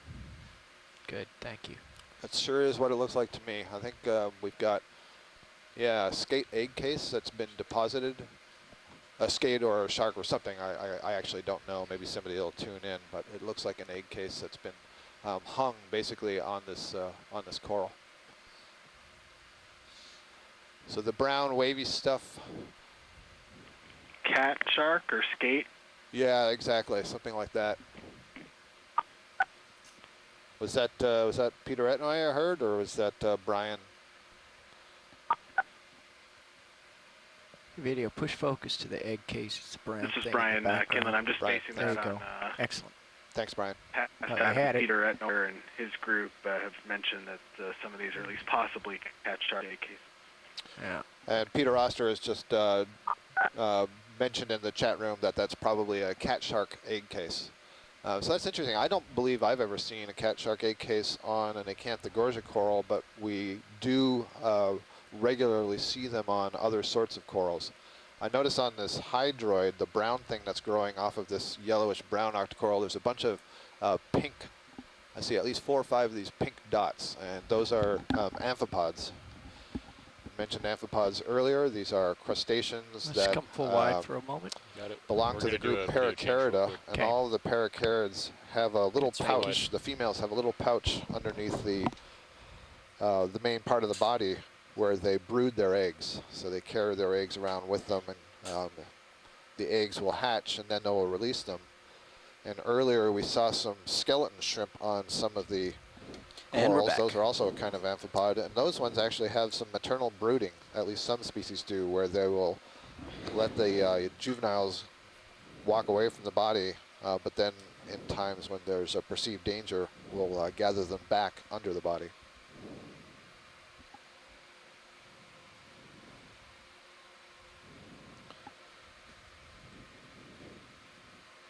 So the depth along the wall here is about 1,084 meters. We're approximately 9 meters above the slope, so on this wall feature. I can see that we're coming into another band of cup corals, Desmophilum. The first band isn't under an overhang. Instead, it's on the flat part of the wall. So that's a little bit different from what we were seeing before. But it's at the same stratum, which is kind of interesting. You notice none of the cup corals have colonized above there. And then there's a whole lot that are tucked in under the ledge. Go ahead, Dave. It is in this corner, which may be providing some of the protection that they may want here. If you look at the Sirius view there, you see the right in the corner. Yeah, so if you look at the Sirius feed, we're in kind of a wedge shape, little corner these corals are tucked away in. And there is, as you change the angle, I see it is a bit of an overhang, or at least there's an incline or a brow in the upper part there. So this is clearly a good spot for Desmophilum to grow. You can see some of these solitary corals have appear to be growing off the bases of other ones, but they're not a colonial coral. I see a few whips in the background that we may get to a little later. Might be a little crab there coming in on the lower right. Lower right crab. Yeah, in a crevice. Come on in a little bit, video. Sponge. Here, we'll give you about a 30% just to make it pointed easier out to spot. Leg to me. Yeah, it looks like he's tucked in right underneath his own little cave, right? Come on in, video. Maybe not a crab. Maybe a sea star? I think. Yeah. That looks like a. Oh, right. Oh, good call, ROV. So that's a sea star that's tucked up underneath there. An asteroid sea star. I wonder what he's feeding on up in that hollow.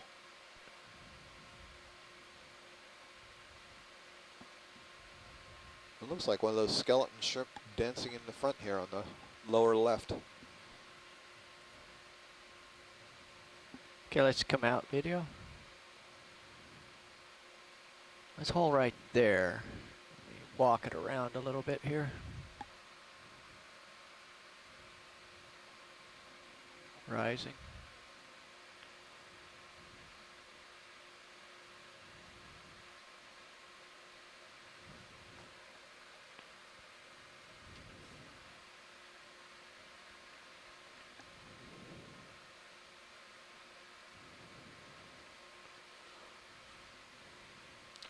Dark rock to right. Bob Carney, are you saying that there's a different staining on some of the rock to the right that I should have a look at?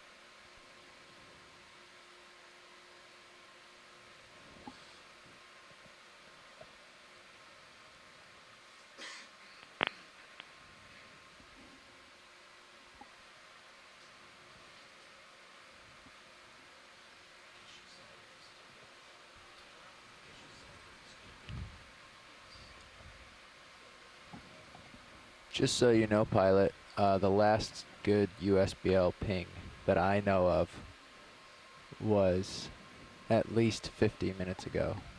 5-0. Roger that. I think when we get up over this ridge, you'll get it back.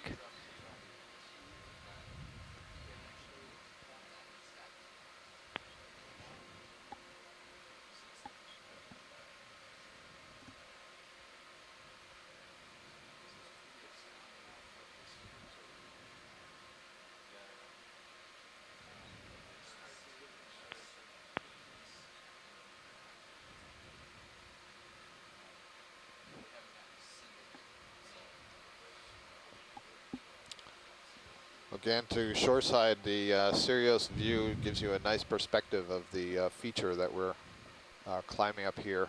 Some sense of how steep the different parts of this wall are.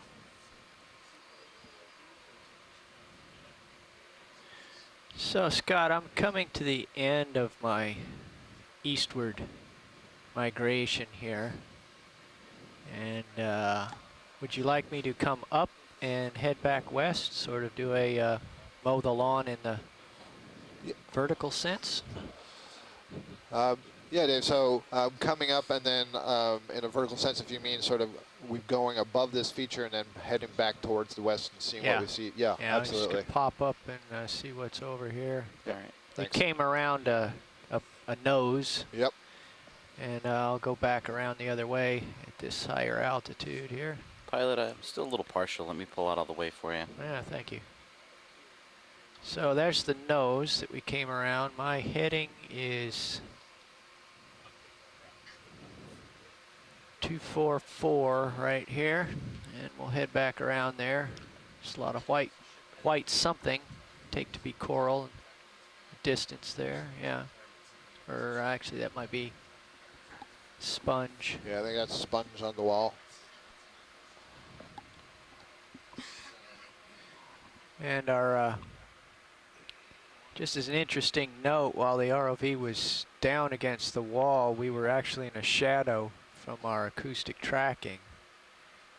But now that I've backed up and pulled away a little bit, we're starting to get a few hits on our tracking again.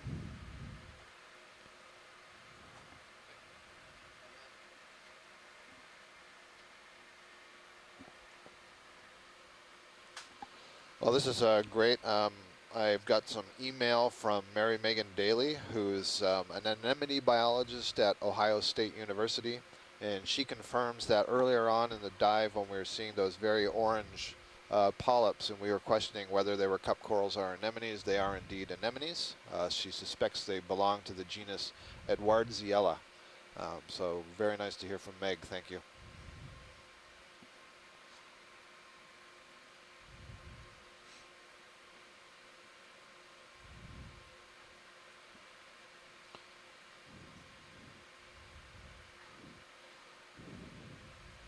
Another overhang with cup corals, and is that what is that? Video. So the red crab. What are we looking at, the crab? Center screen, zoom. Is that a crinoid? What is that? Oh, down there. That. That looks like a Brisingid asteroid. Okay. Yes. Hold that I believe zoom. that's what that is. Okay, so what you see in the screen here, looks to me like a Brisingid asteroid. Brisingid is a group of sea stars. So this is like your typical sea star in that the mouth is oriented down towards the substratum, but you see that the legs are being curled up into the water column. The tube feet would be extended, and they can basically snag food out of the water with these raised arms. At some point, either during today's dive or during this leg, we are certainly going to see crinoids, and if you have tuned in before and have seen crinoids, they are a related group of echinoderm, but they are different in that their mouth is oriented upwards away from the bottom. So this is a Brisingid asteroid, Brisingid sea star, related to the more typical starfish or sea stars that you're used to seeing, except this one has the ability to pull things out of the water column.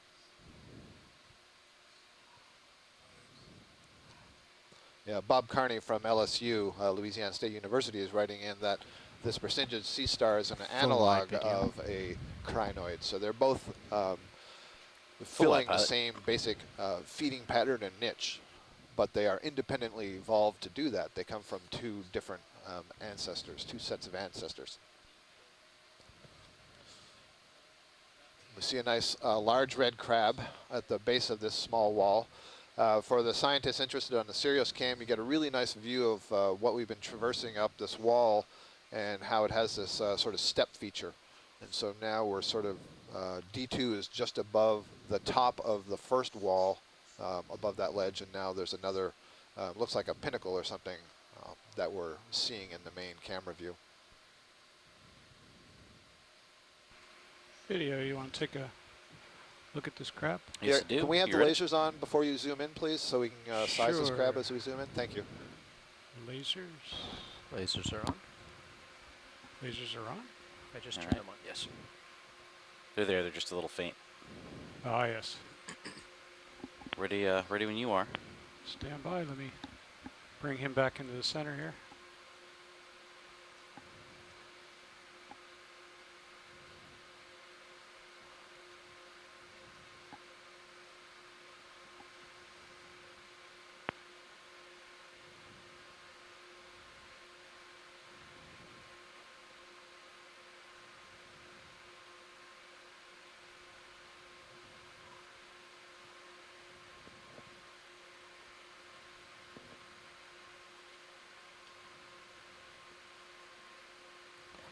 So I believe this may be a Chasion crab, which is a commercially harvested crab. Good video. Watch your port side upper swing arm. Copy that, thank you.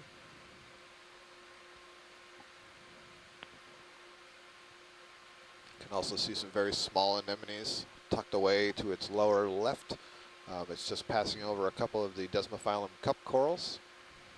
And there's some small patches of sponge, white, the white dots that you see tucked in the wall. And you can also see a number of openings in the wall, which are burrows of some kind of biology, either currently or at some time in the past.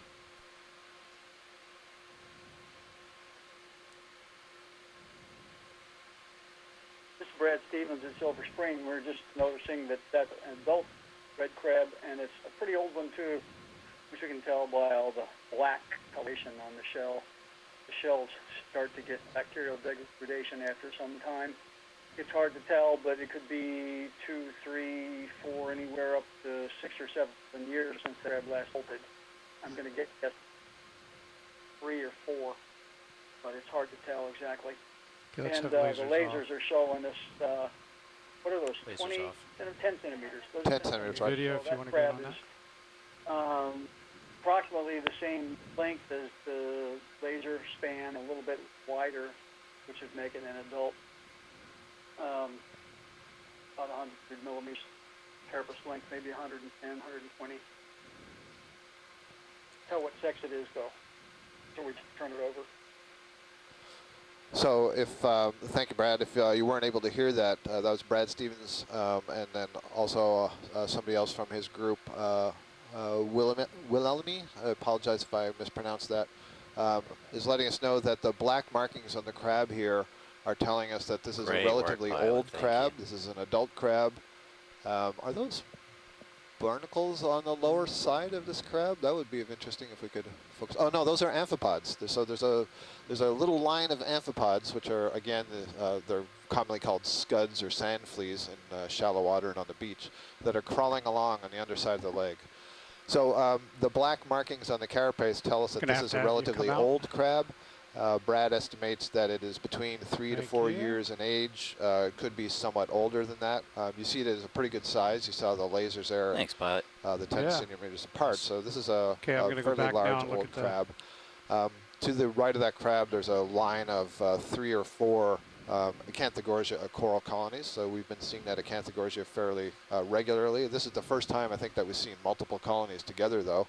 And that pattern of the way they're distributed is intriguing to me and makes me wonder if that's something about larvae crawling from one of them and settling next to it and growing.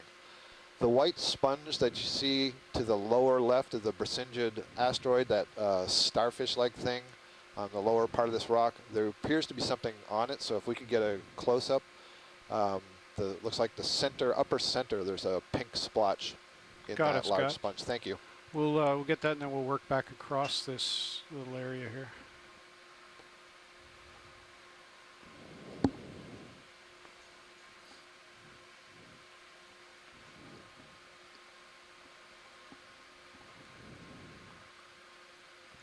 Okay, video partial, please.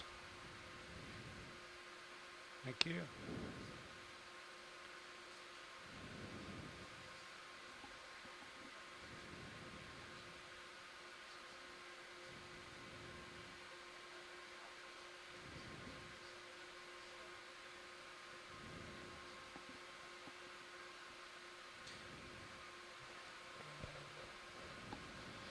All right, so we're getting a little closer to this, and I think that is an anemone that is associated with that sponge.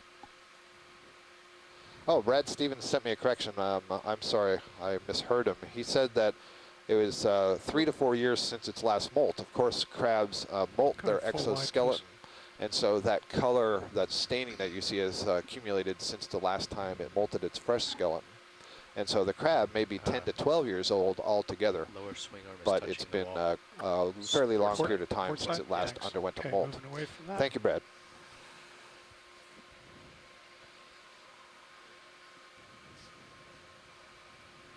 Coming down again. Thank you, Randy. I'm blushing.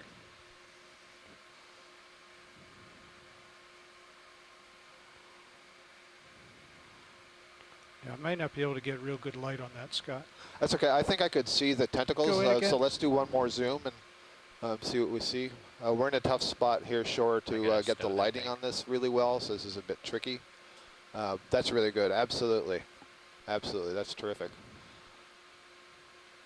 So that I'm not sure if that's a case of the sponge growing around that anemone, or if that anemone has settled onto some rock and grown, but it's possible that the anemone is basically warding off the sponge from taking over its little spot.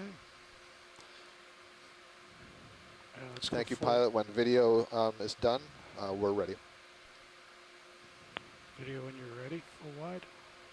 Looks like a couple of hydroid polyps above. Is that a snail right here? Now that we're in there. Yeah. Sorry, but it looked like this one of these cap snails.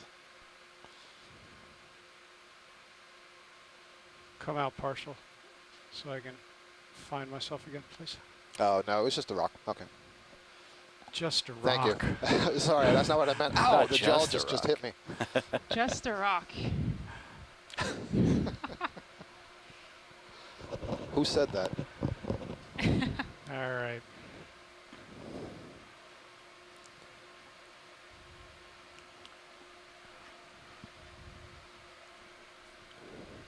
I can't get too close or I lose my light, but if I stay back, we can probably just scan across this this area here. Yeah, I can give you a little bit more iris too.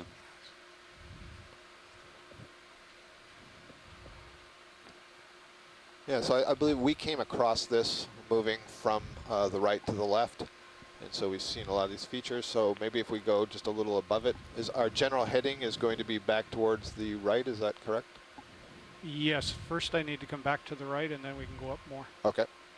But we can go get that those corals that were all lined up Sure, there. yeah, we'll get a view of those. We'll see if there's anything hanging out in the branches.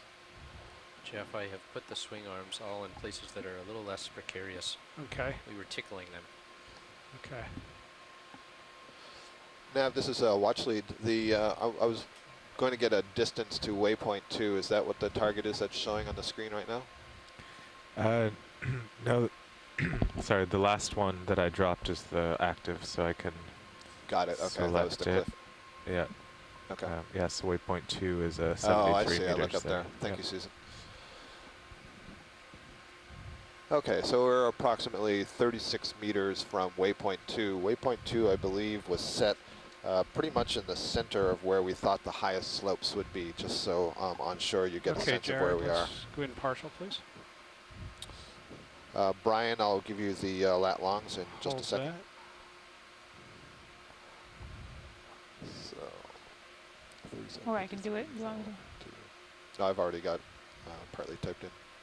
Thank you.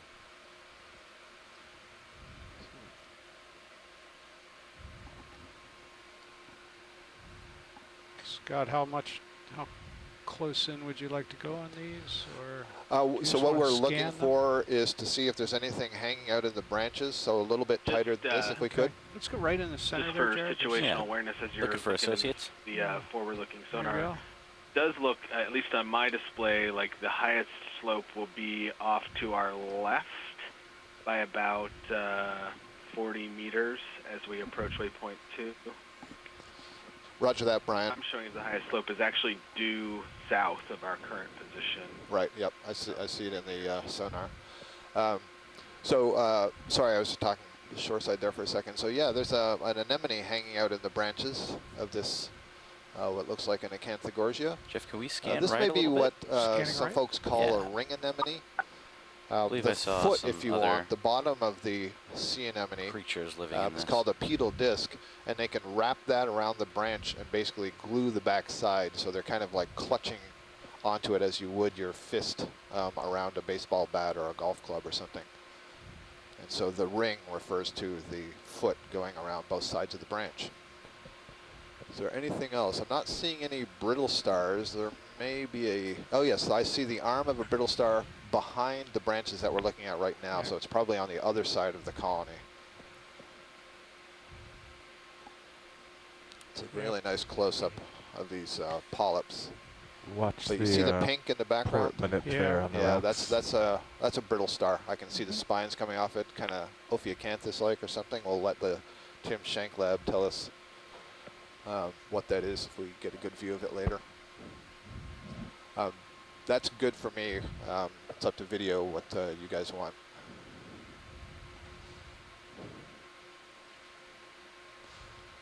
There's some small polyps there on the substrate as well.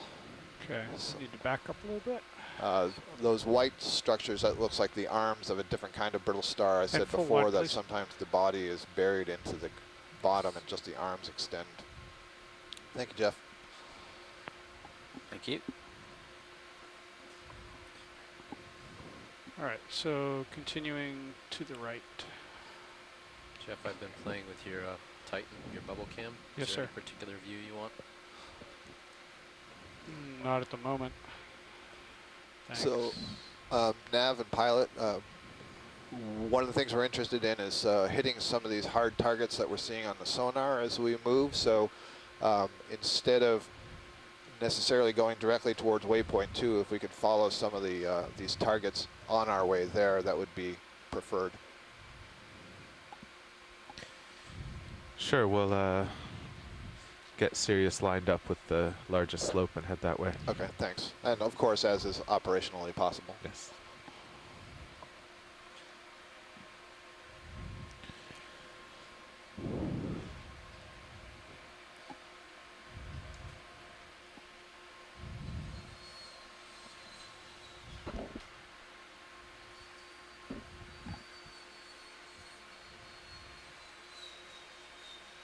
Seem to be in a notch right here.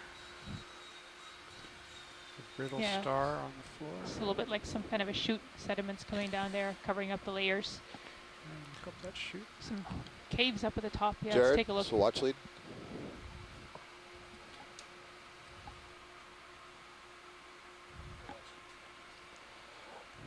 When we're disconnected from the chat room, do we automatically get back in, or should I close and reopen?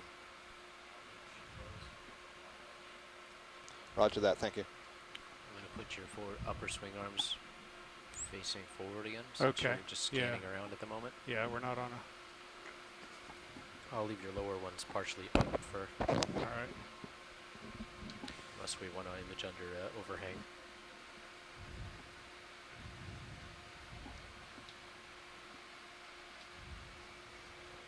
You can see another Ophioroid Brittle Star. You can see the right in the lower center of the screen. Go ahead. You can see the body that's sort of tucked down, and the arms Snaps extending up from the bottom. About So at other 200, times we may 200. only see the arms extending upwards. This looks like the same one we had the close-up on earlier.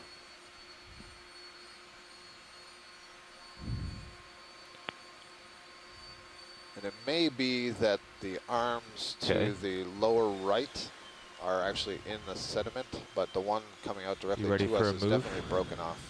Pilot's ready. I want to get one more quick shot, pilot. tell if to these hear are got both something broken. coming out of the sediment at the bottom of the sea star that was kind of interesting. Did the last co-pilot turn me down? I turned you back up. Okay. Want to do just a 10-meter move, 210? There you go, Jared.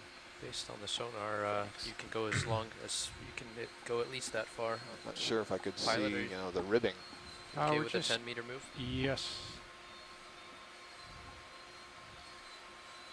All right, all set, pilot. Thank you. Okay, we're wide. Full wide. Loading away. Bridge, Nav. Yeah, we'd like a ship move.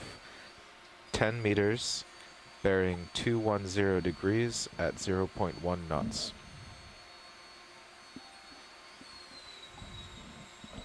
Yes. Thank you.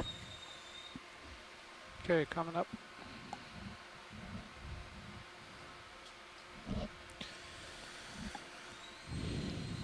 Carl, I tried something. I left our We see swimming off of the top of the screen there, Synaphobranchid, the eel, the cutthroat eel.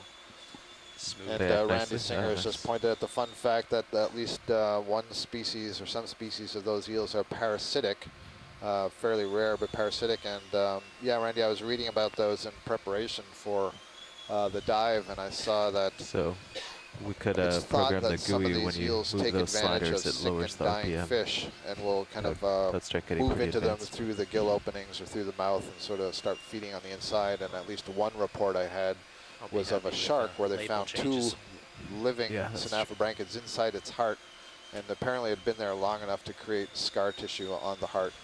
And it was thought that the shark had been caught on a long line, and while it was on there, these eels After keeping an eye on the wind, it started feeding on it. Died down to 5 or 6 knots recently.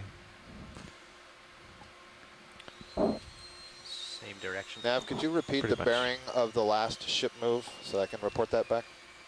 Jeff, there might be a little It's overhang above your 210. port upper swing arm. Copy that. Not certain. Thank you. Roger that. Roger that. Thank you.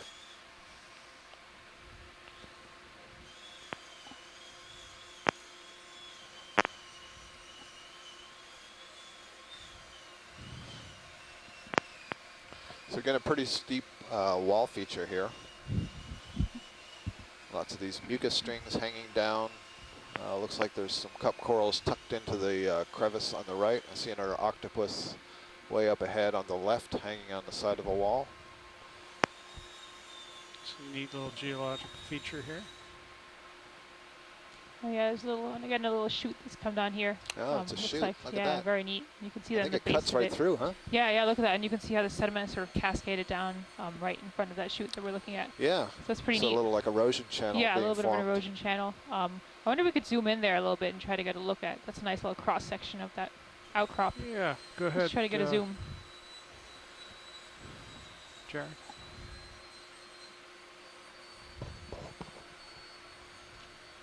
Well, it looks like there's an urchin in there. Yeah. Yeah, with the lighting it's hard to see, but it does look like the sediment's possibly slightly darker that's coming out of there. Losing my light, backing up a little bit. Starboard manip just bumped a bit. Okay, backing up. Going wide. Yeah, definitely some cup corals hanging in there. Not too many. Not the density we saw on the open ledge. Pilot, do you want your sonar scaled down a bit so you can get a better reference? Yeah, we could move up and try to get a view of this little chute from the top. Yeah, what I'm going to do is I'm going to go up and back a little bit and then tilt down and look right down at it.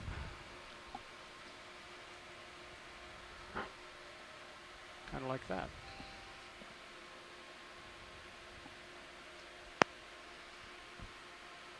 Yeah, so I guess it's possible that there was sufficient burrowing in it that the bottom part collapsed out and then the top part fell down too. Otherwise, I guess something could have fallen down from the top and then kind of started that little chute coming out there. Did that help at all? The upper This kind of looks like a lobe that's moving from the left to the right, and that's been cut through because it looks like it's kind of sandy, muddy slope behind it. Yeah, right on top you can tell there's sand sort of being sucked into that chute area. Oh, look at it from the Sirius view. See how clear that cut is? Yeah, that's true. So if everyone looks at the Sirius camera, we're looking down on that chute from the top, and you can see the sides of the chute and the way the sand is sort of funneled into it. Go ahead. Thank you, Rich.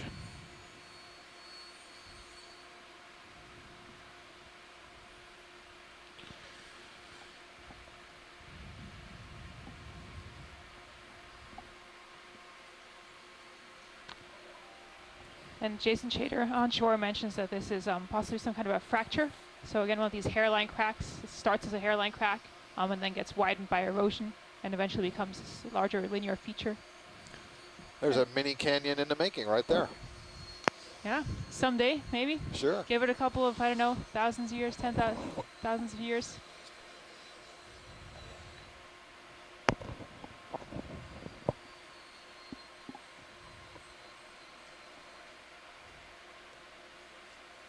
Yeah, that is interesting at the top, how you see on the right that it's very smooth. There's just sand being funneled down into it.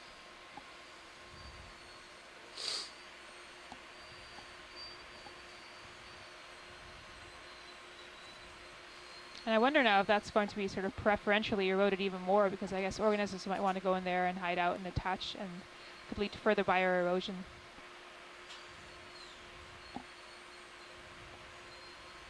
Okay. Take a slide video. Thank you. Full wide. So, up and over, I guess. Up and over. Yep. That was Go our ahead. hard target, I guess. Copy that.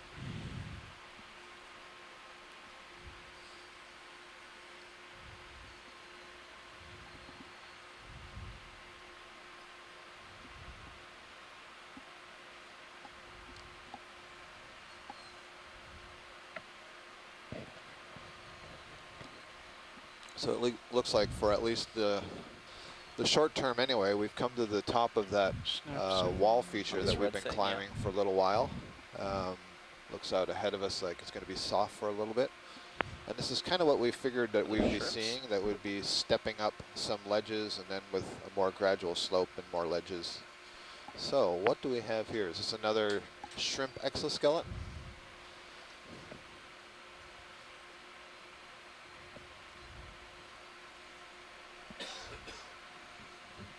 Yeah, it looks like an unshrimp. Yep. Former shrimp, so that's the exoskeleton. It's so soft that it looks like a molt, but I suppose it could be what's left after predation. Just disappearing out of the upper left is a crab, but just to the left center, it's off the screen now, is a little pink 5-branch structure that I'm very intrigued with, being a coral person, right there. Pilot, I've put your sonar back out that to might be 20 a really meters tiny for this flat area. sea-pen. Thank you. I wonder. Ready to go in when you are, Pilot. Okay, Jared. Now. Nice. There you go. Yeah, so we get some frame grabs of this.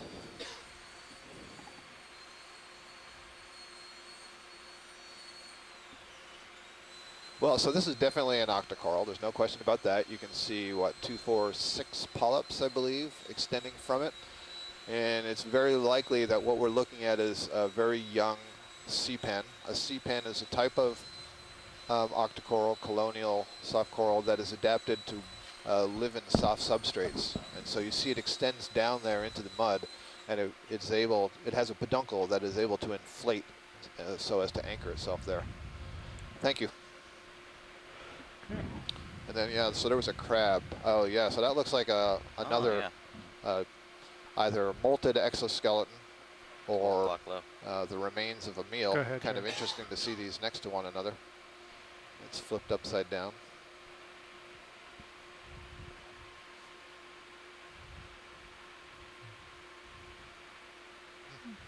Looks like fairly young.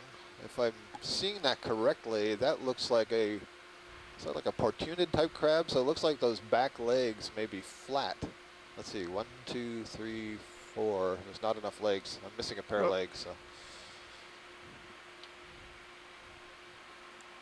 Yeah, Okay. no, it's missing the last pair of legs. lost my So it's tool. either something like a spider crab. Bathinectes is one possibility I'm getting.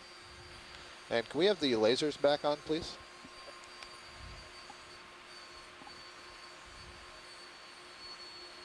Thank you. It's like this big. Yeah.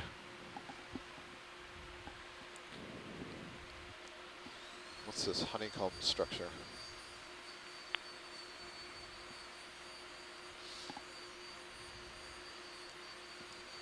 If we could get a snap zoom on this honeycomb structure, there's a possibility this could be a Xenophyphorian. Indeed, I think it is. So Xenophyphore, fascinating. This is actually a single-celled organism, closely related to an amoeba or a foraminiferan.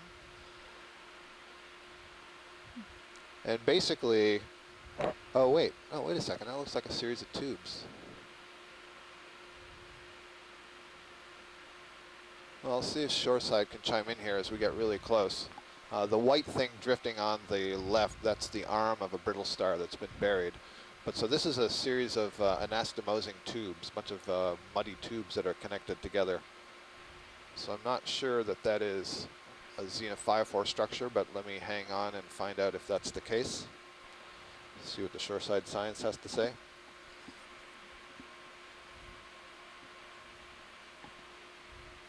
Oh yeah, looks like there's a coprellid amphipod on top of that.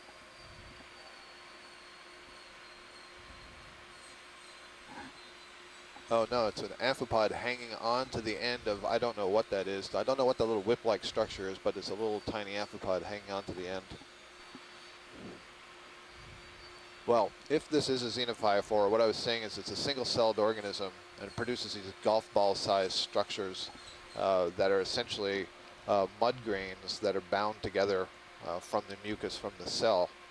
And so lining the inner tubes basically would be that cell membrane. Okay. Thank you. Next video. No problem. And you're full wide.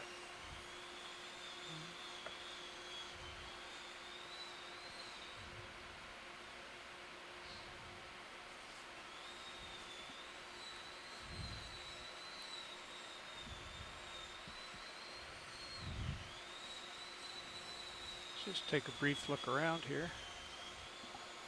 This is a look to the left, or to the southeast. You can see the slope. Jeff, I'm looking. So that's down looking at out to a heading of degrees, so you do have a 152 bit of from the tether if you ROV. need to push out or want to push out. All and right. now we're turning the heading, coming around to Thanks, Todd. 160, 180. So that's looking due south, more or less. As we turn here, this would be up the contours, up the slope. There's a red crab. To fill you in, if you're just tuning in, we are diving in Phoenix Canyon That's looking off to We the got west. onto the bottom at about 9:22 this morning, Eastern time, at a depth of 1,174 meters. We are currently at about 1,074 meters, so we've come up about 100 meters along a slope that for much of the time was a gentle sedimented slope, and then interrupted by some rather steep walls and ledges that show the rock wall underneath this sediment that gets piled here as you get runoff from the continental shelf. I'm just going to move. We've seen a number of these red crabs. We've seen what is this? lots of cup corals on the ledges, solitary cup corals. We've seen lots of sponges. Sirius We've is in seen between a smaller number of sea stars. Excuse me, I meant to say a smaller number of sea fans. Because I don't think that's a red crab. I think it's particularly the kind of genus spiny creature. Acanthogorgia. We've seen a couple of the mushroom-like Octa Corals anthomastus. We're zooming in now on a spider crab. A little bit of battle damage. This is Brad Stevens. That's definitely a king crab. Yeah, so this is a Neolithodes, Brad? Can't be sure what species. It's probably Neolithodes. Okay. Co-pilot, could you power cycle the USBL on ROV? Can. So this is a king crab in the group of the king crabs, maybe in the genus Neolithodes. A little bit hard to tell right now. One of the things that you will notice is that there are only 4 pairs of legs rather than 5 pairs of legs that you would expect to see on Decapod crabs. In fact, this one looks like it's missing a leg. It's been broken off, so it's hard to tell even that there's 4. There is indeed a 5th pair of legs. They're just very small, and they're tucked up underneath the back of the carapace, and they're used for cleaning out the gills, and I believe also where the abdomen is folded underneath where the eggs are held. So possibly this is the species Neolithodes grimaldii, or Agassizii. And I think that's our first neolithoded king crab of the day.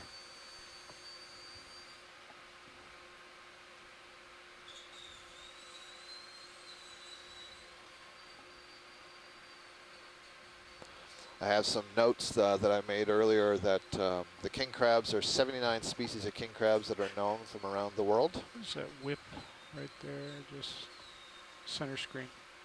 Want it? Yeah. Anything of interest? Let's see, so extending from this little burrow here. Yeah. Sorry, I'm not stabler there, but. Oh, I see. So that's a little tube. Looks like it's a mud tube that may be a polychaete worm tube, or it could be a crustacean tube. More likely a worm tube, polychaete tube. Okay. So that would be constructed by the worm of mucus and mud grains that are bound together.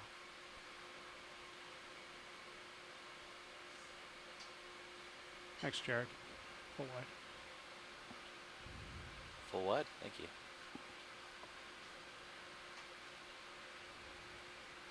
And continuing up our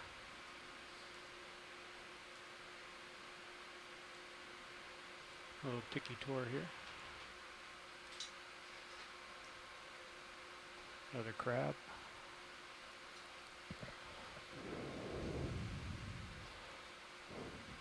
So here we have another crab. This is one of the red crabs we saw earlier, the Chasion. You can see that this is Decapod crabs. This one has 5 pairs of legs. The 1 pair of the claw-like structures, and then the 4 pairs of walking legs behind it. Snap that as we go by. And then there's a flatfish somewhat buried here. This looks different from the one we saw earlier, perhaps. No, maybe not. So witch flounder, I believe. You can see the little black spot on the pectoral fin. It's partly buried.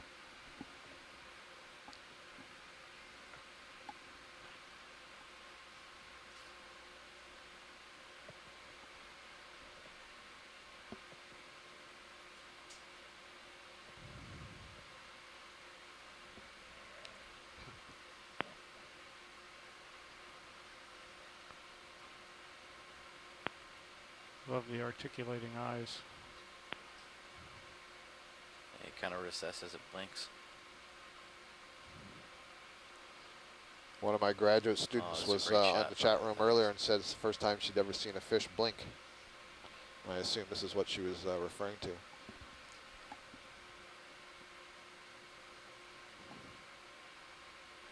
I just saw a little Hydra Medusa go by one of the, I guess it's right, the Jared, tether cam at the back of the ROV.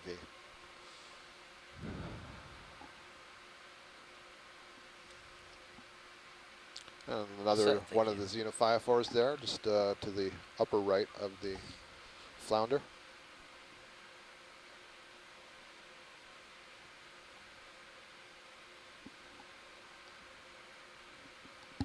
Moving up slope.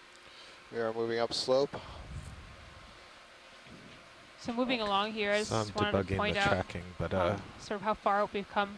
We started at the base of the canyon, which was a depth of about 1,170 meters. And the top of the canyon, up by the shelf, is about 700 meters. So that's a total relief of about 500 meters in the canyon. We don't have much relief in front of us. We could start another move. And our total dive relief is going to be about 200 meters. So we're seeing, I guess, a little bit, maybe about a third, maybe 15 less than meters half of this whole canyon, but it's comfortably, pretty nice little cross section. Can do that and then do another quick burrow there on the right. Not sure what the collection of stuff that is in the center. Something deposited there. Bridge, Nav.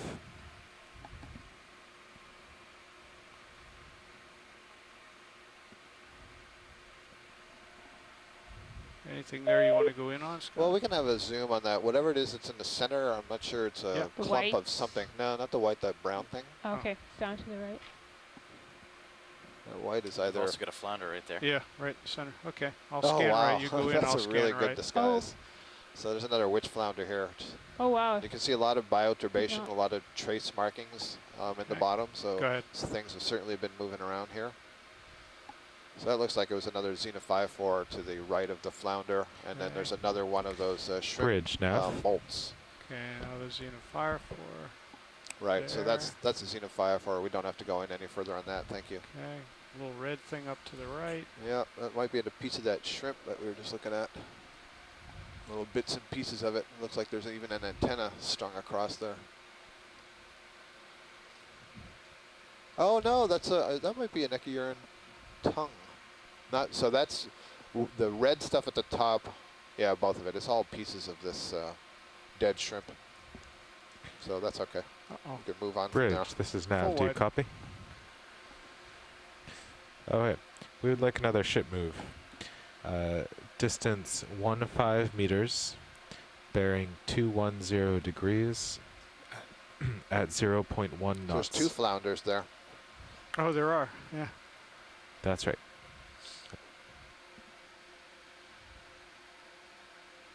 So I guess that white patch we were seeing was buried flounder.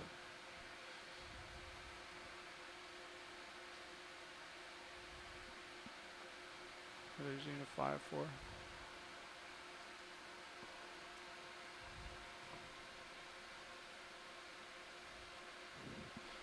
Another Xenophyphore, a single-celled organism that builds these mud structures. When you get a chance, could you just turn off the quite common in the ROV USBL? I'll put it into acoustic mode and see if it's the trigger that has a problem. Go ahead. Okay.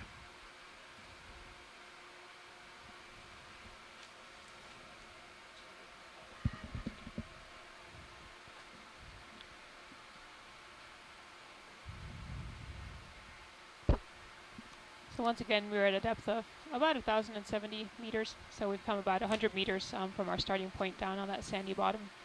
So I guess that would be about 90 meters of cliff face of wall that we've come up.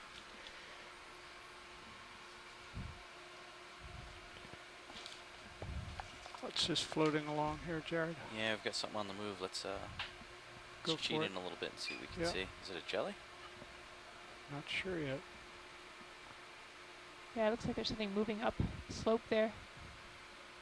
Either floating or moving. Oh. Oh, that's a Hydromedusa. That's nice. So we haven't seen this one before. So this is basically a jellyfish, but it's not a true jellyfish. It's actually related more closely to those hydroid polyps that we've been seeing earlier. Oh, It's kind of twisted inside out a little bit. Getting a little too ambitious. There's a little fish there. And there's another flounder, and there was a fish that was just drifting up and off to the edge of the right top of the screen. Can we say we're flying too close to the sun this deep?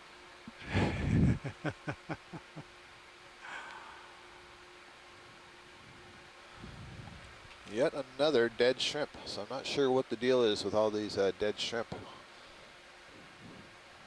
But the jellyfish is more interesting than the shrimp.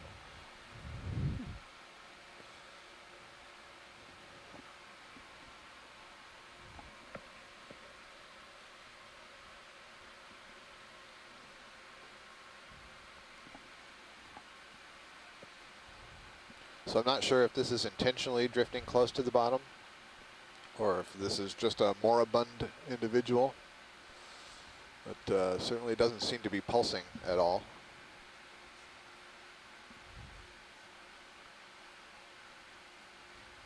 Oh. That's a feature. Get a Sirius HD right now. Nice little avalanche. Interesting. Oh, look at that. Yeah, once the sediment clears out of the water column, you can see what's happening. If you have a look on the Sirius view, you'll see a plume of sediment that is extending down behind Sirius, likely churned up by our movement over the bottom. But you can see how these, I guess the plumes and erosion channels can start from stuff like this. Yeah, definitely. So we are actively eroding the canyon. We are helping the canyon change.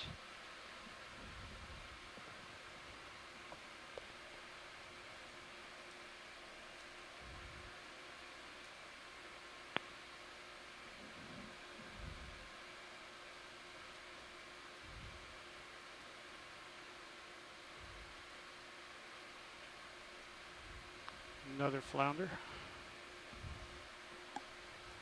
Oh yeah, they're hiding in the sediment like before. Copilot, could you turn it back on?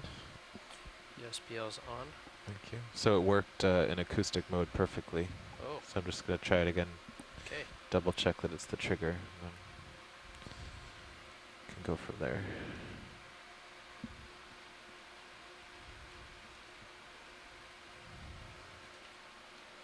Can we make a note that the port rail cam is a little too low compared to the starboard rail cam?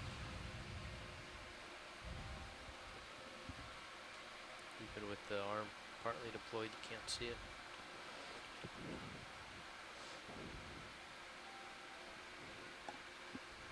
So it looks like there might be some hard target above. Okay, so I tried the ahead. Is that right? About trigger mode again. It does not 25 work. meters out. I'm not sure. So we'll do the rest of the dive in acoustic mode. That's Sirius view.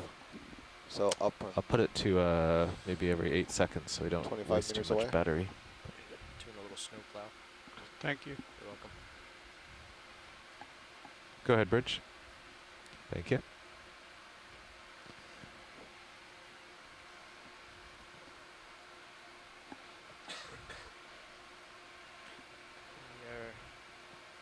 I'm looking pretty far forward at you, 30 degrees.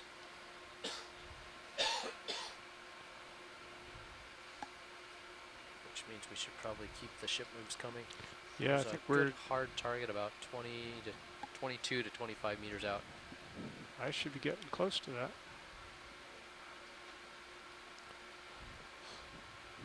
And Nav, could you just for a moment pull out on the screen so I can just see the relative direction to, not direction, but distance to waypoint 3? Sure.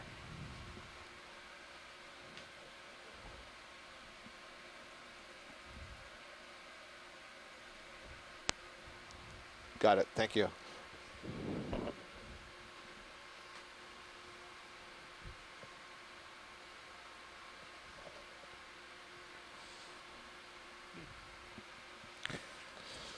So on shore, we see some hard targets coming Sirius at is probably still about moving a little, but I'll be with you 25 guys for meters ship ahead move, of 1 Sirius. minute. So we may be approaching another wall feature, or at least a ledge.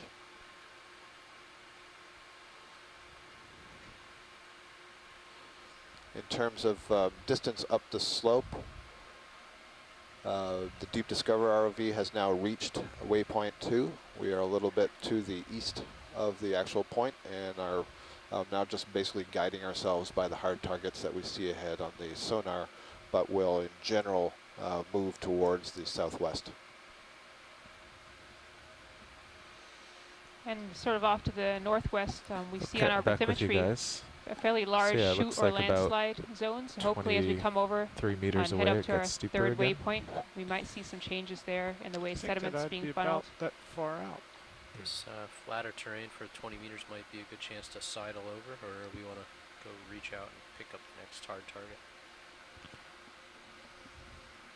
We're going to have to start crabbing across the slope to make it to waypoint 3 area. Okay. Here we're starting to get into some harder. Oh yeah. Yeah, so we're starting to see some rock now. Okay. What's this fish that's So the another whitish 15 fish on the meters lower ahead on Sirius right? to catch up to this next rise. Oh, that looks like... It's not the Snaphobranchid, is it? Ready for partial? Bridge, Neff. Ready. I don't think it's going to Yep. comply with our Go wishes. right There we Hey, go. we'd like the same move No again. 15 meters, bearing 210 at 0.1 knots. There goes the skate. Okay, looking up, there's our wall that we were anticipating. That was about Oh, 25 meters from Sirius, who's hanging out above D2. So. And was that a coming up. halosaur, that elongated fish that just touched down on the right side? Skate. Oh. There goes the skate. That one looked like maybe it does have claspers. Should make it a male if I'm learning correctly from my onshore folks. Can we get a zoom on that? Yeah, so is that a halosaur, Peter? No, it's another little Snaphobranchid. Oh, okay. Thank you, pilot. That's another Snaphobranchid cutthroat eel. It's got something on its head. Full wide, Jerry. Yeah, the white smudge.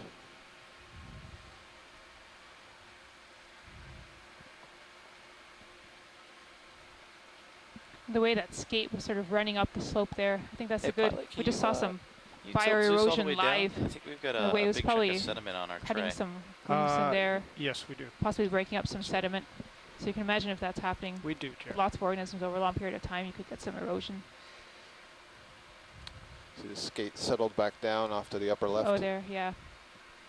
Just trying to get away from shake us. our tail feathers when we're on the next There's flat something boring just to area. the right of that eel. I'm not sure if it's a discolored rock or if it's a pit or if that's a... There's a pit below It's the a pit. pit, There's is that what it something You mean to remove looking sediment? like a pit, Yes. but what's below that? No, I Shake mean the off. first pit. The one that's Uh-huh. almost in the center of the screen right now is going to go Oh. off the lower part. So just... Oh, off the lower part. Yeah, Scott. you see right Oh. there, right in the center lower. It might be just another burrow. I think it is, So yeah. It's down just a that little there, overhang and a yeah. shadow. So that's okay. You can move on. I don't see anything of particular interest in there. All right. Thank you. Full wide.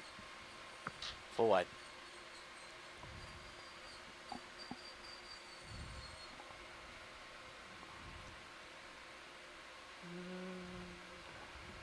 I guess I'll just point out here that we've been keeping an eye on the temperature reading from the CTD that's on the ROV.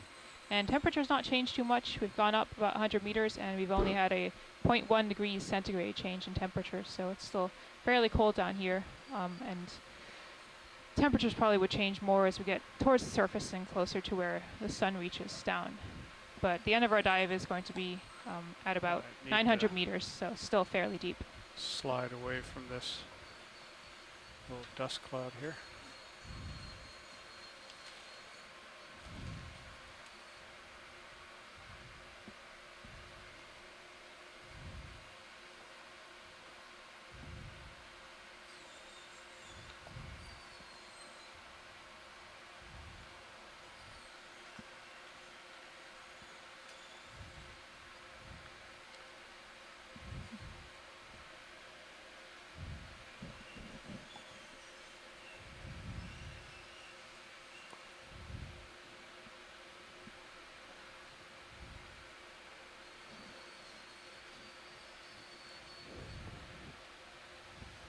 So this part here is clearly harder than what we just, that sort of more Can gentle you slope zoom that we out just my went over the last sonar half hour, but profile? there's not much growing, at least on this part. There's a few sponges. Some powders in. Yeah, yeah. Oh, Thank you. Oh, that's just a rock as a reflection. I thought that was a coral. Interesting. It looks like the current's a little bit, or That's either better. that's a current coming off the ROV, or there's some more current up here in the water. Let's see I think it's a salp chain in the Sirius view. Thank you. That's much better. No, that may be no. This is siphonophore. Yep.